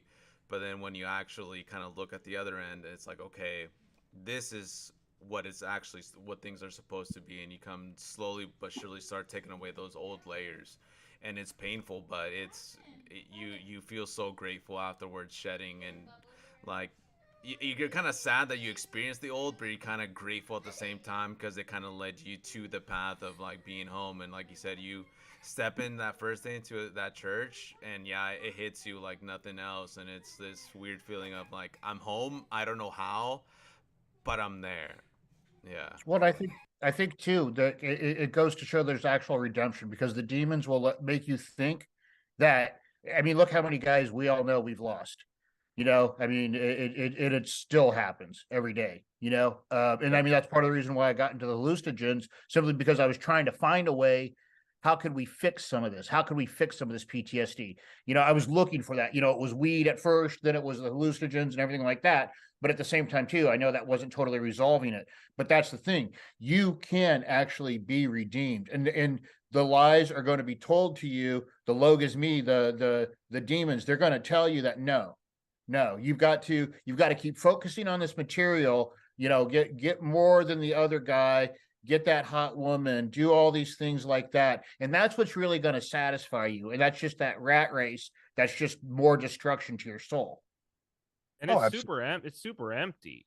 I mean, Yeah. all of that is empty. I mean, I was, I think there's this weird, it's hard to tell somebody that it's empty. And I've often struggled with this, because I'll talk to people about my experience, but one of the big, it's so weird, because like one of the reasons why I can, why I feel in some ways like my boats are burned or my bridges are burned. You know what I mean? That it's like, it's orthodoxy or nothing, because I had, and at a beautiful level to where I had all of the good things without like the bad aspects of celebrity. So it was like I was a celebrity and recognized, not a huge show, but a big enough show that anywhere in the world that I went, I was recognized. Like women being thrown at me, basically, like able to move around Vegas and do things that only like super VIPs could do. So much money, like money that looked like it was like out of a rap video, you know what I mean? And that was my life. And not having to work. And just to be able to have fun. And the thing was, of all the times in my life when I felt the worst on a day-to-day basis, like in every way, mentally, physically, emotionally, like I spent, it was like 5 years walking around feeling like I had been poisoned constantly, 24 hours a day, 365 days a year. And it's just like no meaning, but at the same time, being in a position where it was like, well, mentally thinking, well, I should be, something must be wrong with me that I'm not happy, right? Like I should be happy because I have what else is there to have? I was like, there's literally nothing else for me to have that I could imagine, because it was like, well, I don't want political, because that came with too much other baggage. I was like, I've got the perfect level where I have all the things and none of the baggage. You know, I don't have to work. Like, I could be a CEO and have these sorts of things, but I would be working like 60 hours a week or something like that. I was like, I don't have to work at all. I just have to have fun. So why would I even, you know? And it's very easy, I think, once you've had those things and you actually experience the fact that, like, wow, there's not going to be any meaning. It's actually going to be worse. It's going to be so terrible, because even if you don't have those things and you're like aspirational toward them, you know, like, let's say that you're a young man and you're looking at Andrew Tate and you're like, yeah, I would like to have that and I want to have that. At least the aspiration feels good. You know what I mean? At least there's periods of the aspiration where you like dream about it. You'll fantasize about, oh, what will my life be like? And you'll have this good feeling about like what that will be. But it's like, no, I had never fantasized about my life being that way. But when I had it, I was like, oh, this is the fantasy life. And then it's like, wow, this sucks. Like, this is horrible. And I just kept thinking, like, how am I going to get out of this? That's what it was. Like, how can I get out of this in a way that where I have things intact? That's what the latter portion of like my career in that was like, how could I take some of these resources and this money and these connections that I have and sort of like figure out a way to get out of this, you know? And in the end, it was actually none of that was working either. It was like, couldn't get out. And in the end, it was like, you just got to like, just leave it behind and just leave it in the hands of whoever is looking out for you. Right. And just hope, just love your family. That what I had was, I had my wife and I had at the time, my daughter, and it was like, just love your family, leave the rest of that behind, love your family, and trust that you will make good decisions and be able to discern through the lens of the love for your family, the love of your wife, the love of your child. And Christ is in that, I guess. I guess, you know, because these are the fruits. So but I think that's the very difficult part of trying to move people, you know, is that, and the people that you're talking about, it's like, they're like, no, but it would be cool if I could just get this, it'll solve all these other problems, because I think that my problems are material. Right. Give me the Maserati and therefore I will be complete. Or what's the other one? I'd rather be rich crying on a beach than like sad crying in my apartment. Like, no, give me the apartment. Like, because then I know I'm closer. Or just don't be rich on a beach. Yeah. Like, you could go to a beach and be poor and sit on a beach. You know. True. True. I've done it plenty of times. Same. Even slept. It felt good. Yeah, it's funny enough that you're saying that you're from LA, because I'm from San Diego, from Chula Vista. Okay. So I used to go down to IB, like poor on the bus, and go out surfing, and afterwards it's like, oh wait, yeah, that's right. Like some of the people that I know who have like because I mean, I was on the beach all the time. I played beach volleyball competitively, and like I knew so many guys who no money, like no jobs, but they would play beach volleyball, live like 6 up in a house, and they were just like the happiest people, because they had meaning. Every day they would go to something that was their practice, that they, you know, had dedicated their lives to, and they had meaning, and they would go out in the most beautiful environment you could possibly be in, right? And it was like, well, how are you going to pay your rent? And it's like, so lilies of the field, you know what I mean? Like, these guys embodied it. It was like, I'll figure it out, man. If I got to go and like sell this little thing over here, I'll go work some little thing, and just so long as I could come back out here. And that's been, I feel like this personality, this aspect of humans is somehow like in us, very much so, but we will start to build these mental and emotional and spiritual castles to try to get us more, and not even stuff, right? Because people aren't even after the stuff anymore. They're after the money. Yeah. And the money's not even stuff. It's just sort of like the optionality of stuff. Yeah. It's, you know what I mean? It's theoretical stuff. Yeah. Well, that also coupled with clout as well, or some perceived notion of it, which is why when Sarah from earlier was talking about an atomized society, then harking back to the individual, you look on platforms like TikTok, somebody wants to become a star in their own right, but not doing it through traditional means. You're not going to become a Tom Cruise or a George Clooney or something like that. So having this alternative, people seek to distinguish themselves the best that they can to become a truly unique individual, be it by pronoun, sexual identity, or what have you, whether they actually are that thing or not, or the degree to which mental illness has been codified and normalized for profit. Um, so seeing all of that, it's very much a spiritual sickness that I see in society, Oh yeah. lacking any sort of collective shared morals, ethos, or logos. Those things lacking, you see this fracture everywhere, be it politics, religion, belief, and it has each other at each other's throats. As redundant as that is, excuse me, but I don't see that in Orthodoxy, though, and I think at some level there is a roiling boil beneath what we see on the surface, that there is a strong instinct for people to return to traditionalism, and I see it a lot. Seraphim, actually, you have one of my Marine buddies who just recently attended Father Turbo's church. Buddy of mine, I'm not going to name him here, but I'll tell you offline. He just went for the first time a couple of weeks back, and it's You didn't because, tell me, you didn't hit me up. dude, between the kids and just doing my day to day, man, I get No, so dude, I forgetful. know, bro. I'm just Yeah, that's actually bad form on my part because I would have liked for you to have made some introductions. But anyway, I think that knowing this, what I see from a lot of, especially veterans, because I talk to a lot of veterans so often, and I, these guys who've seen that worldly side of things and how depraved humanity can be when these financial incentives or moral incentives, as they perceive them, are given, or shiny cloth or a fat bank account. There's something beneath the surface that people are really striving for, and whether they know it or not, they want to be fulfilled in a spiritual way, a meaningful way, other than material goods and items. And it's funny connecting something between something that you just said and then Cyprian as well, of like living that beach like day to day. That's like being on deployment. You're with your boys. You have Yeah. limited material things. You're wearing the same thing every day.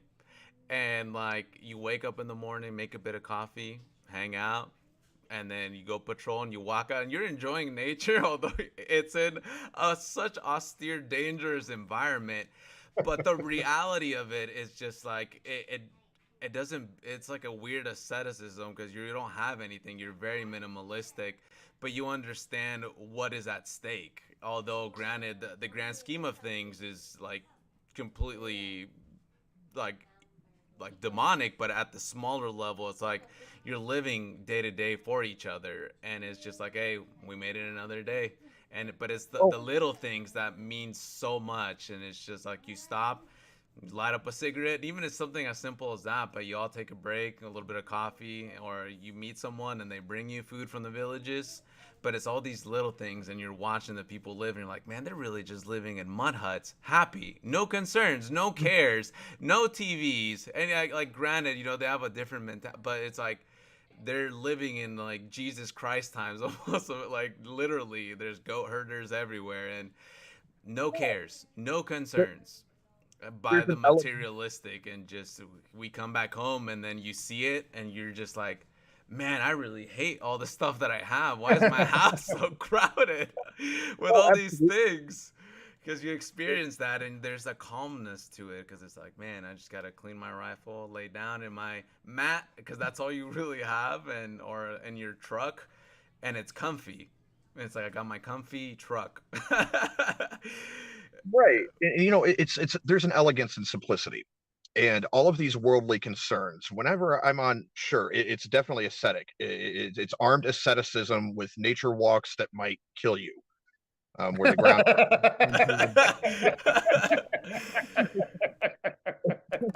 But the elegant simplicity of it all is where the strong memories are formed, and some people might call it trauma bonding. But to me, those conversations were raw and pure. And I'm not out on patrol worrying about a credit score. I'm not out here calculating APR on my mortgage. I'm not worried about that. I'm not worried about some weirdo with purple hair talking about their pronouns. All right, that's a luxury of a demonic, materialistic society that has tried to elevate themselves above God and the natural state of things. They are so preoccupied with themselves as individuals and their worldly concerns that they've never been placed in a position such that they've had to confront what's within or what's not within them. And I think that's what a lot of people are rebuffing against, and kind of going back to what I was saying about a lot of guys seeking out orthodoxy. And there's an inordinate amount that I would never suspected in a lot of these veteran groups, where continually I see it day to day where guys will ask me about it. I'm like, dude, I'm no authority. I have some books that have been sent to me by my buddy Seraphim. I could talk to you about stuff, but I'm not going to make a convert out of you. I'm not even a convert, bro. As far as I'm You know what? concerned, I mean, if I could interrupt, you know what though too, because Doc, you and I, we've kind of started something, but we haven't pursued it. And, like in Father blessed it as well, doing that Orthodox disciples, Yeah. and obviously it's not exclusive for the military, but I think, listening to what he's had to say there. And I mean, how many times do we have people hit us up and they've got questions? I mean, that just, you know what? I mean, it's kind of one of those things that's been in the back of my mind all Lent, and I'm like, what? Yeah, We've same. talked about this, and we're still focused on some of these older platforms that we've got and everything. And I don't think that we neglect them necessarily, but I think we need to nurture these other things for like the guys like Lucky's talking about here, man, because we've got the ability to help people out. We try to use this podcast to do that and everything like that, but it's obvious that people need more. And it's just we're building Gideon's army, but or on a spiritual level, in case the FBI is listening. In Minecraft. In Minecraft. oh yeah, that doesn't work anymore. Actually, there was a guy from 4chan there on Poll who got arrested recently for making a perceived threat against a sheriff. He was extradited actually from one state to another. I forget the states. I believe he was in Florida, and this was extradited to New York. But Yeah, yeah, but how explicit was his threat? How explicit was his threat? Oh, it was very explicit. Yeah. In Minecraft. I mean, in Minecraft, but caveat in Minecraft. So, yeah, that didn't do any good. Doesn't work anymore, bro. Sorry, the hack is lost. Yeah, I mean, it could be something that, that's worth exploring in the future. I never want to come across as though I'm proselytizing or trying to make converts or anything like that, because even for my own personal position, I'm not even Orthodox. I've never taken catechism, but I read a lot, and my personal position on it has always been, when it's time, God will let me know. I far be it from me to speak upon the nature of perfection, but I can conduct myself with grace and dignity and try to live according to his rules. I will know when the time is right, when he wants me to know. In that time frame, I just try to be a good person and live my life according to those rules. That's how I take it. So, with other guys though, if I was gonna convert to anything, it would be Orthodoxy. I mean, I still sit around and read the study Bible and prayer book that you sent me. Seraphim. I've been reading the one UFO book actually. The Father Spirit on UFO Deception. That's a great book. Yeah. I'm wonderful book. Started reading it a couple of nights ago. 80, 100 pages in or something like that. I try to sneak in my reading whenever the boy is napping or something like that. With newborn kids, you got to sneak in a nap whenever you can. So it's it's excellent so far. Father Spiridon's really good. I mean, if you like that book too, he's on YouTube, and he's usually like every week. And I think actually isn't Ancient Faith, I think, is pushing his stuff out now too, which is interesting because he's also part of patristic faith. Well, no, because he's part of patristic faith too. So there's a little, but that's interesting. But I mean, Father Spiridon is so excellent. It's actually funny too. I found you did a great thing, Cyprian, when you were talking about the attention economy, and you went through a lot of videos on your page, but it was in the you start out kind of talking about that rabbit hole. I think it may be in the first or second video when you're talking about that. but I did a rabbit hole on Father Spiridon, and if you go way back in his videos, you can find out he's a banjo player. And I was watching Father Spiridon banjo videos. It was so funny too, because like he's got such a gray beard. Back then too, he had a really black beard, and he actually became ordained in the Greek Orthodox Church. And there's a video of that. So yeah, it was 3:00 in the morning when I got done. I mean, you know, one of the related to the attention economy and the AI stuff, and I was thinking this morning, and I didn't. So maybe it's, I mean, maybe this is the appropriate place for me to say it. It did not feel right to. I was like, this is something that I should tweet, and then I was like, maybe this is too provocative. But given the conversation at the moment, like this was something that, you know, that occurred to me this morning, and you know, with what we're facing, with what's coming in terms of with AI, which is going to be the challenge that we're facing is going to be so very different than I think the things that we have perceived in the past, because it's going to be no carrot and all stick. So like everyone who is, let's say, in the last 3 years, who had a bent towards understanding that there was corruption in government and, you know, problems with bankers and cabals and wars and the military industrial complex and all of the things that we don't like, right? The challenge is going to be with what's coming with AI is that the temptation that it's going to give us in many of the ways that we're talking about here is that it's going to give us the things that we think we want. And that includes, you know, the things that we think we want spiritually as well.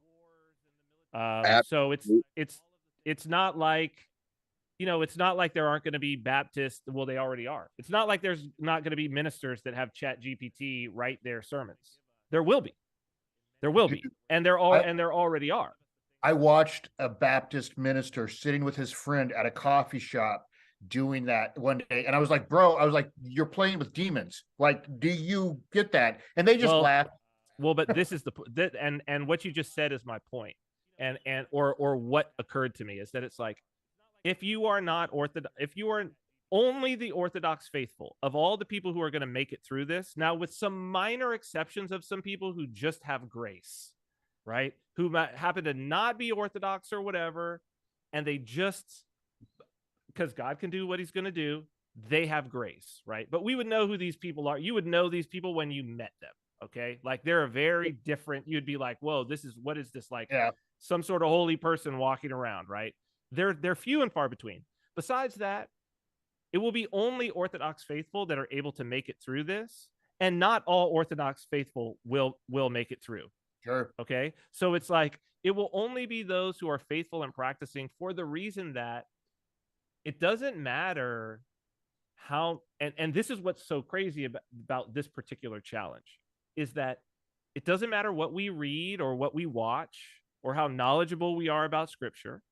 None of those things matter when it's you one-on-one with Satan in the wilderness, and he's offering you the temptations that he offered Christ. Yeah. None of what you knew, how educated you were, how much you had read, how much you thought you understood can prepare you for that moment. The only thing that you have to rely on is that you have sufficiently purified yourself, and that it might not be me. I might be talking to myself right now. You know what I mean? But that you have sufficiently purified yourself such that in that moment, the presence of the Holy Spirit will be there with you, that you can say no to exactly what it is that you've always imagined that you wanted. Like whatever it is that is your dream, that would be the perfect life, that it would be presented to you and be real, that you would actually get it. Like, now it's the monkey's paw sort of story, right? You're going to get it, but or the genie in the lamp. He'll grant the wish, but it's just, see, you haven't thought out the wish well enough to know what comes down the road. He knows what comes down the road. It's like Bedazzled. That's like, but exactly like Bedazzled.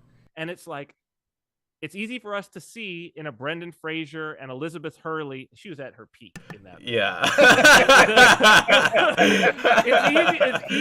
It's easy for us to see in a comedy movie like that, where it's like, ah ha ha, funny comedy. But the reason why it's funny is because we recognize the truth that's embedded in it. That's what makes that funny, right? And it's like, why do you believe that you're so much better than Brendan Fraser in the thing that you think you want, right?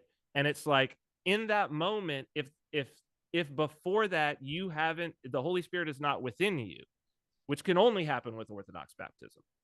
Like, that's it. It's only through baptism that the Holy Spirit can operate within you. If it's not, you're not going to survive it. Period. And that's absolutely harkening back to the sense of community and collectivism, as opposed to the individual. And what I mean by this, as it pertains to Chat GPT and, whatever you have out there like Replica and other things like that, corollary to the individualistic society, what you've also created is an epidemic of loneliness, particularly among that demographic of 18 to 34-year-old men. And you see it manifest because these platforms do have success for a reason, because there are a lot of lonely people out there. And I remember going through a Reddit thread not too long ago, and some months back, when Replica was dissuaded away, changed to basically not engage in erotic role play. And people who had paid for this service were absolutely bereft. They were infuriated and, on some level, truly emotionally devastated. That's because they had no communication, no sense of community, no love. They have not pair bonded with a woman, anything like that. There was a man recently, I was going to say it's in the Netherlands or Germany. He was a mid-30s guy who was married. Belgium. Okay. Yeah. Who committed self-sacrifice, I should say. I don't want to say it explicitly, but you pick up what I'm putting down. And even though this man himself was married, he was still lonely enough to try to fill that void within himself through what is essentially a demonic AI.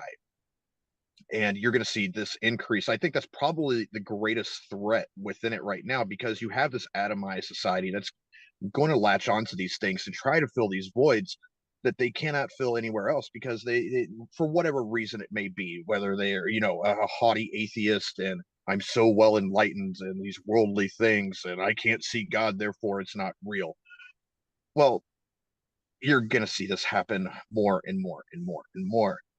And it's extremely dangerous. It's the logical extreme of, like what Kurzweil was talking about with this technocratic future. And it's funny reading back a lot of these authors that I used to really enjoy, like Kurzweil or Orson Scott Card, who talked about this technocratic, fusion, or even like Ghost in the Shell or something like that with technology. And it almost, again, adopted that libertarian approach towards it, that people were automatically going to do the best things, but they're not. And a lot of them are unfulfilled. They're listless. They attach themselves to AIs or their phones or guys like Andrew Tate because they have no direction. They have no hope for salvation as an individual, but as a group and within Orthodoxy, you do have that. And these material things fall by the wayside very easily. All of the temptation that comes from AI will be individual. Absolutely. So we already see that, right? Like, it will always tempt the individual. And the key here is that one's relationship with Christ and with the Holy Spirit is an individual relationship. Sure. And what the church is bringing to us, it's wonderful that we find fellowship and that we find community in the church. But the reason that we find community in the church is as members of the body of Christ is because each of us has an individual relationship with Christ. And it's through Christ that it happens. So it's like, which is an interesting mystery, right? That there actually is no community. There's only Christ. Correct. Right? Because community would seem to indicate that it's like, yes, it is us, but it's us because we are members of the body of Christ, which is a single unit, right? But each of us, individual human doesn't take primacy over the body of Christ. over Christ, but not over the community, right? So it's like the church is never more important than Christ. And Correct. and this has played itself out. I mean, it played itself out in the Soviet Union. It's playing itself out in Ukraine, right? That it's like the church is never more important than Christ. It would never be more, you would never deny Christ for, oh, well, let's keep the church together. That would be Sergianism. So that's Right. exactly what that's what Sergius did during the time of the Soviets, right? Is it's like, well, no, we'll deny Christ, but then we can keep the church together. You know. So it's, but then that's not actually the church. It's that pinch of incest, like you would say. That's the pitch of incense, right? And so it's like, Yeah. I think the thing and the powerful thing, you know, and that we've talked about here is in terms of conviction. Only the Holy Spirit inside of us can convict us in that real way, to where we're like, I am a sinner. And that's actually the only defense that you have against AI, against what's coming with AI. The only defense you have is to be like, Father Moses Berry says, and he's, I forget which father he's quoting, but he had said, you know, the most important thing is don't trust yourself. And that's that's really hard for a lot of people to really embody. And I don't know if I could have embodied it before Orthodoxy. I can like theoretically contextualize it, but until actually being convicted and being like, what you want is wrong. And it's like, what? No, but and rationalize. And it's like, no, what you want is wrong. And not being able to get that away, that every time I go to prayer, it's like conviction. Like, no, you're not. No. Without that, your AI's got you. It's so much smarter than you that it will find that thing. No matter how good you think you are, you could always be better, right? Like Saint Nicetas. You know, so I brought up Saint Nicetas for maybe somebody listening who doesn't know the story. So Saint Nicetas of Novgorod, he goes to, I believe he was at the Kiev Caves, if I'm not mistaken. He goes and becomes a monk at the Kiev Caves. Then he wants to be a hermit. He's very like pious, very good. He's fasting, doing the whole nine. He's very involved. And he's like, I want to be a hermit. And he goes to the abbot, and the abbot says, you are not ready to be a hermit. Like, you cannot do it. And he trusts himself. And he goes and he becomes a hermit. And in prayer, he's visited by an angel, right? An angel of light comes, golden angel, right? And it's like, I'm here. What can I do? And he starts talking to him like, you've risen to such a high level that God has seen fit that I would come down and that I would, aid you and do it. And he says, prayer, give me prayer. And the angel's like, yes, I will do that. You need to be studying. Go and study the scripture. I will pray for you. I will be here, and as your guardian, I will pray for you. And the angel goes in the corner and appears to be praying, right? And it seems that he's praying. And so Saint Nicetas studies the scriptures nonstop, and then he comes down and knows the Old Testament better than anybody. He's working kind of like what people think are miracles. He's becoming well known, and then he's heard about, and the monks come along with the abbot who had told him, and they see him, and they're like, that's Nikita, like, what is going on here? And they're like, they start talking to him and asking him questions. He doesn't want to hear anything about the New Testament. He won't talk about Christ. And they're like, which is Jordan Peterson, by the way. And they're like, you are possessed. You're in delusion. They perform an exorcism on him, right? And then he goes back, becomes a monk again. He eventually becomes a hierarch and a bishop in the whole nine, right? So it's like, that's AI. That's AI. Like, if somebody who's pious, Orthodox, monk, who's doing nothing but fasting, that's the story. That's what the story is meant to tell us, like in the life of Saint Nicetas, is that it's like, nah, man, don't trust yourself. The devil appears as an angel of light. So it's like, guarantee you, every Protestant church, they will be using these AIs to do something. It's good because it's helping out. It'll be every Protestant church, most Catholic churches, Roman Catholic churches, many Orthodox churches, by the way. Yeah. It makes me think of the movie Dogma, with the whole Buddy Christ campaign. That's it. Yep. That's it. It's I think that's running counter to that within Orthodoxy. What I found is the strict adherence to history. and documentation and reading things for what they really are. Everything is so straightforward. The first time I heard Father Turbo speak, he only talked about 12 minutes, if that. If that. The service and that they just spoke. We were there for 2.5 hours, I think. But Father Turbo, he only talked for 12 minutes. Very succinct, to the point, no appellation. The homily, this was in a liturgy. Yeah. They're always 12 minutes. Homilies are always 12 minutes. Sometimes they're only 5. Yeah, they're always short. And I remember I talked with Seraphim about this, because I'm originally from Sweden, and so I'm very, very steeped in that mythos. Mm-hmm. And it made me think of the Varangian Guard, what they might have seen back when they were in Constantinople. It was a service that has not deviated for over 1,000 years. This is something that is true, that has withstood the test of time for a reason. And that's why it resonated with me so far. It's like, man, this is something that my ancestors would have seen. They would be right at home. I could take somebody from 700 or a contemporary of Charlemagne and drop them right into it would be fully indistinguishable. And there's a purity to it. You just have to go to check it out. And now that sounds like proselytizing, but it's worth it. It is. I mean, I guess it's a little bit of that, but I mean, we kind of do that with the podcast anymore anyway. And it's worth saying, you know what I mean? It's like, we're not going to hammer it into you. And it's like, you've got a choice. God gives us all free will, and you've got the free will. And you know what? We just say it's worth doing. It's worth checking out, especially if you just don't feel like your life has anything in it. Because deep down inside, you feel that. If you've got all the material possessions that you think you wanted or whatever, but they're not really making you happy, you know that when you're laying in your bed at night or whatever, like there's those moments where it hits you. You know what? Go check out a service. Well, I won't take a hardline approach towards it when I say, what do you have to lose? I could be one of those people, oh, well, only your holy soul. But realistically, from a practical point, what do you have to lose? Maybe you find something, maybe you find the truth. Maybe you. Well, but be careful, because you do have something to lose, something big it's very, very important. You're going to lose who you are right now. Yeah. That is the process. Like the old man will die.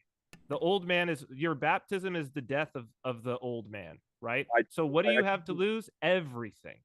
You're going to lose everything in the best way, like ever. In the best way possible. I understand that completely, and that's why I danced around it with a very particular phrasing. So, not that because I want to avoid that whole conditional right there. Because conditionals kind of make people, go a big rubbery one. You know what I mean? So I find it more effective to just say, hey, check it out. So. Well, I mean, it's definitely worth it. We're almost at 2 hour. Yeah, we're coming up on 2 hours. So I think I'd like to wind it down.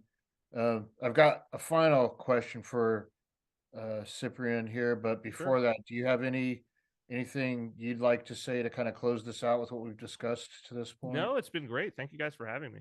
Oh man, thank you for being a part. It's been it's been very enjoyable. I think at this point too, we're all kind of struggling through the end of Lent here, and seriously. Oh yeah, well, you could have seen too, because like Nectarios and I, we were both talking beforehand, and we're both just like, oh man, it's Thursday, and it's like, and I was like stressing too, just to try to like using my will, which I always do because I always forget, like, God, please help me.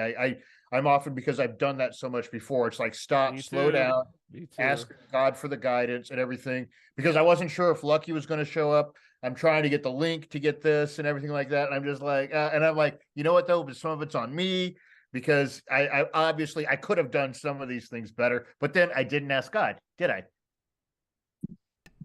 But it's been very enjoyable. I guess what I'm curious with Lent and with Holy Week coming up, and then especially like with Pascha, how are you guys celebrating that over there?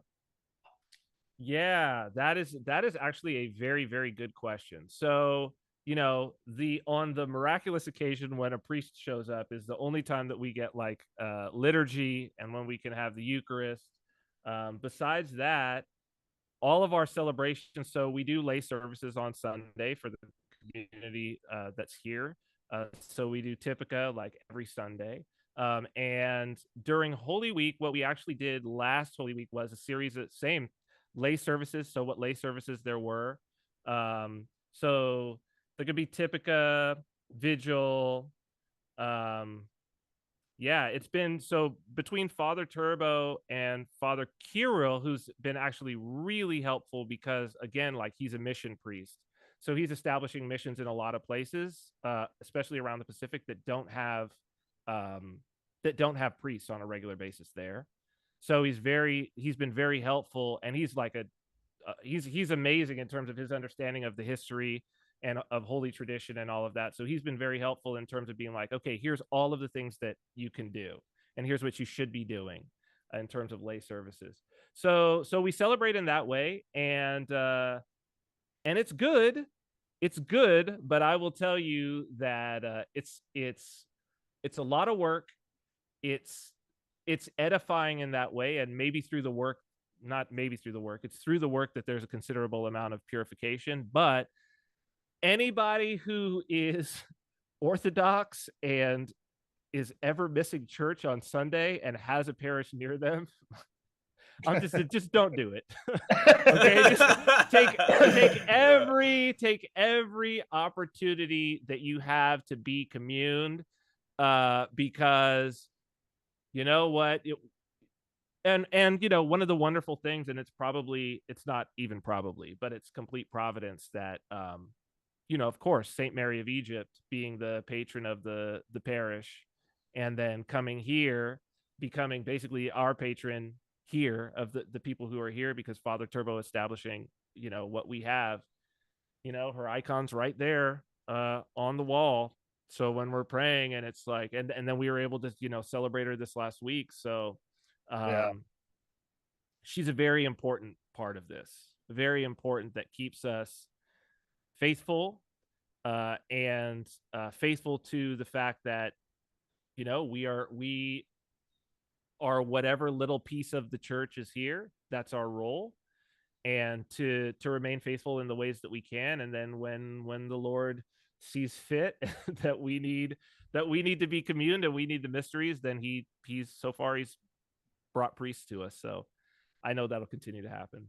But that's how we celebrate. So we'll be celebrating without a priest, but we'll be celebrating in the way that laity has done it, without a priest for millennia.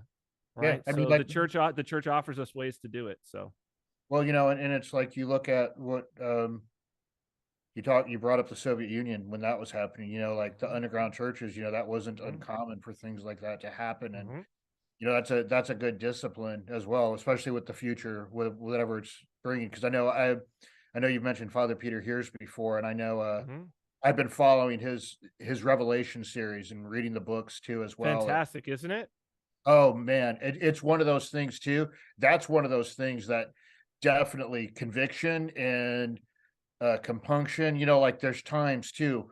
It's funny too, because I went and I hung out with Nectarius a bit, and we went to a Greek Orthodox. It's a St. Michael's Orthodox. Well, I went down there on my own. Actually, it's down near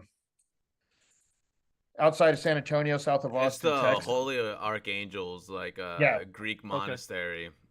Oh, the monastery. Okay. Beautiful. Okay. Sorry if I wasn't clear. I'm sorry. Yeah, no, you're I'm like blah blah blah blah blah. But they actually had his photographs. The guy that wrote the book, and talking to those, and I mean, I really do.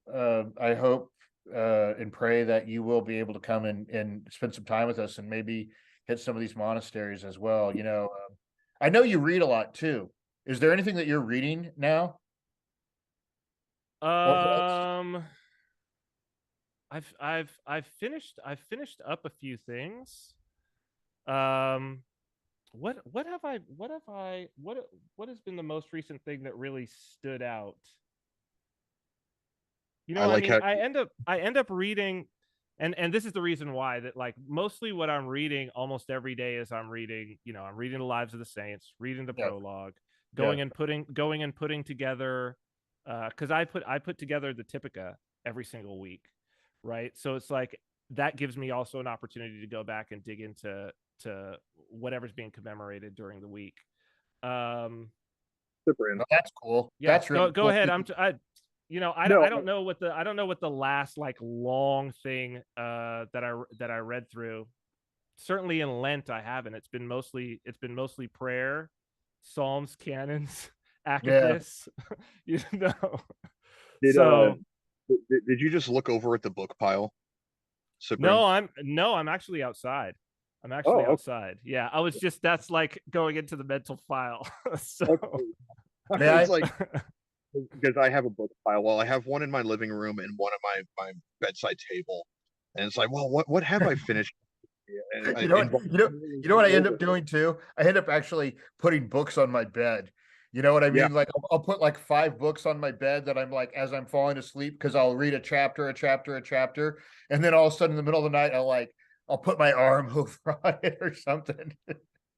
Yeah. 'Cause I'm usually too tired to put it somewhere else. But you know, one of the ones, I don't know if you have read, that I have found quite edifying are the letters Father Seraphim Rose wrote to, or I guess I should say Saint Seraphim Rose, excuse me, Saint Seraphim of Platina, that he Okay. wrote to Father Alexei Young, and they go from like 1967 all the way up until like into the 80s, and it's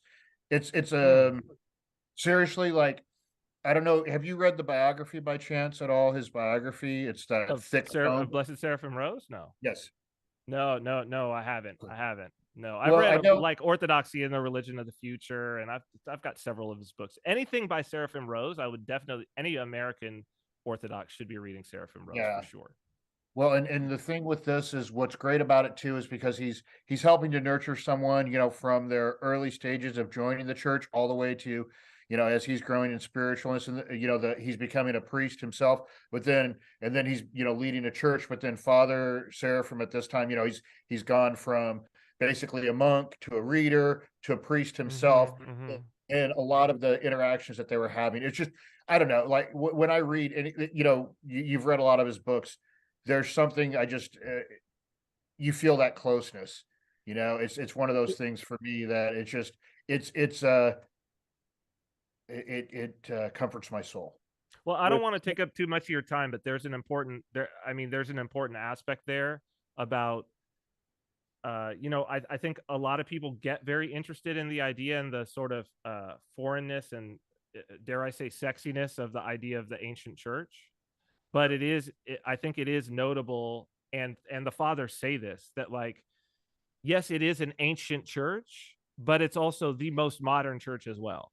Yes. Because it's alive, because it's the Holy Spirit. And so it's like, when we read Father Seraphim Rose, who's of course we would feel the closest affinity to Blessed Seraphim Rose, because he's like American, right? And like just happened, like living at the time that we're living. So it's not that he's saying anything different than any of the saints would be saying.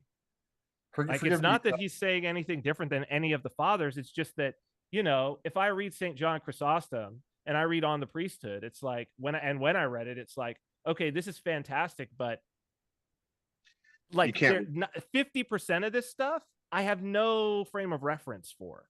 Like, I don't know the culture that he's writing in. You know, I get what he's saying spiritually, right? But I don't get it. And so it's like, you know, the fathers will say, it's wonderful, but don't leapfrog the saints.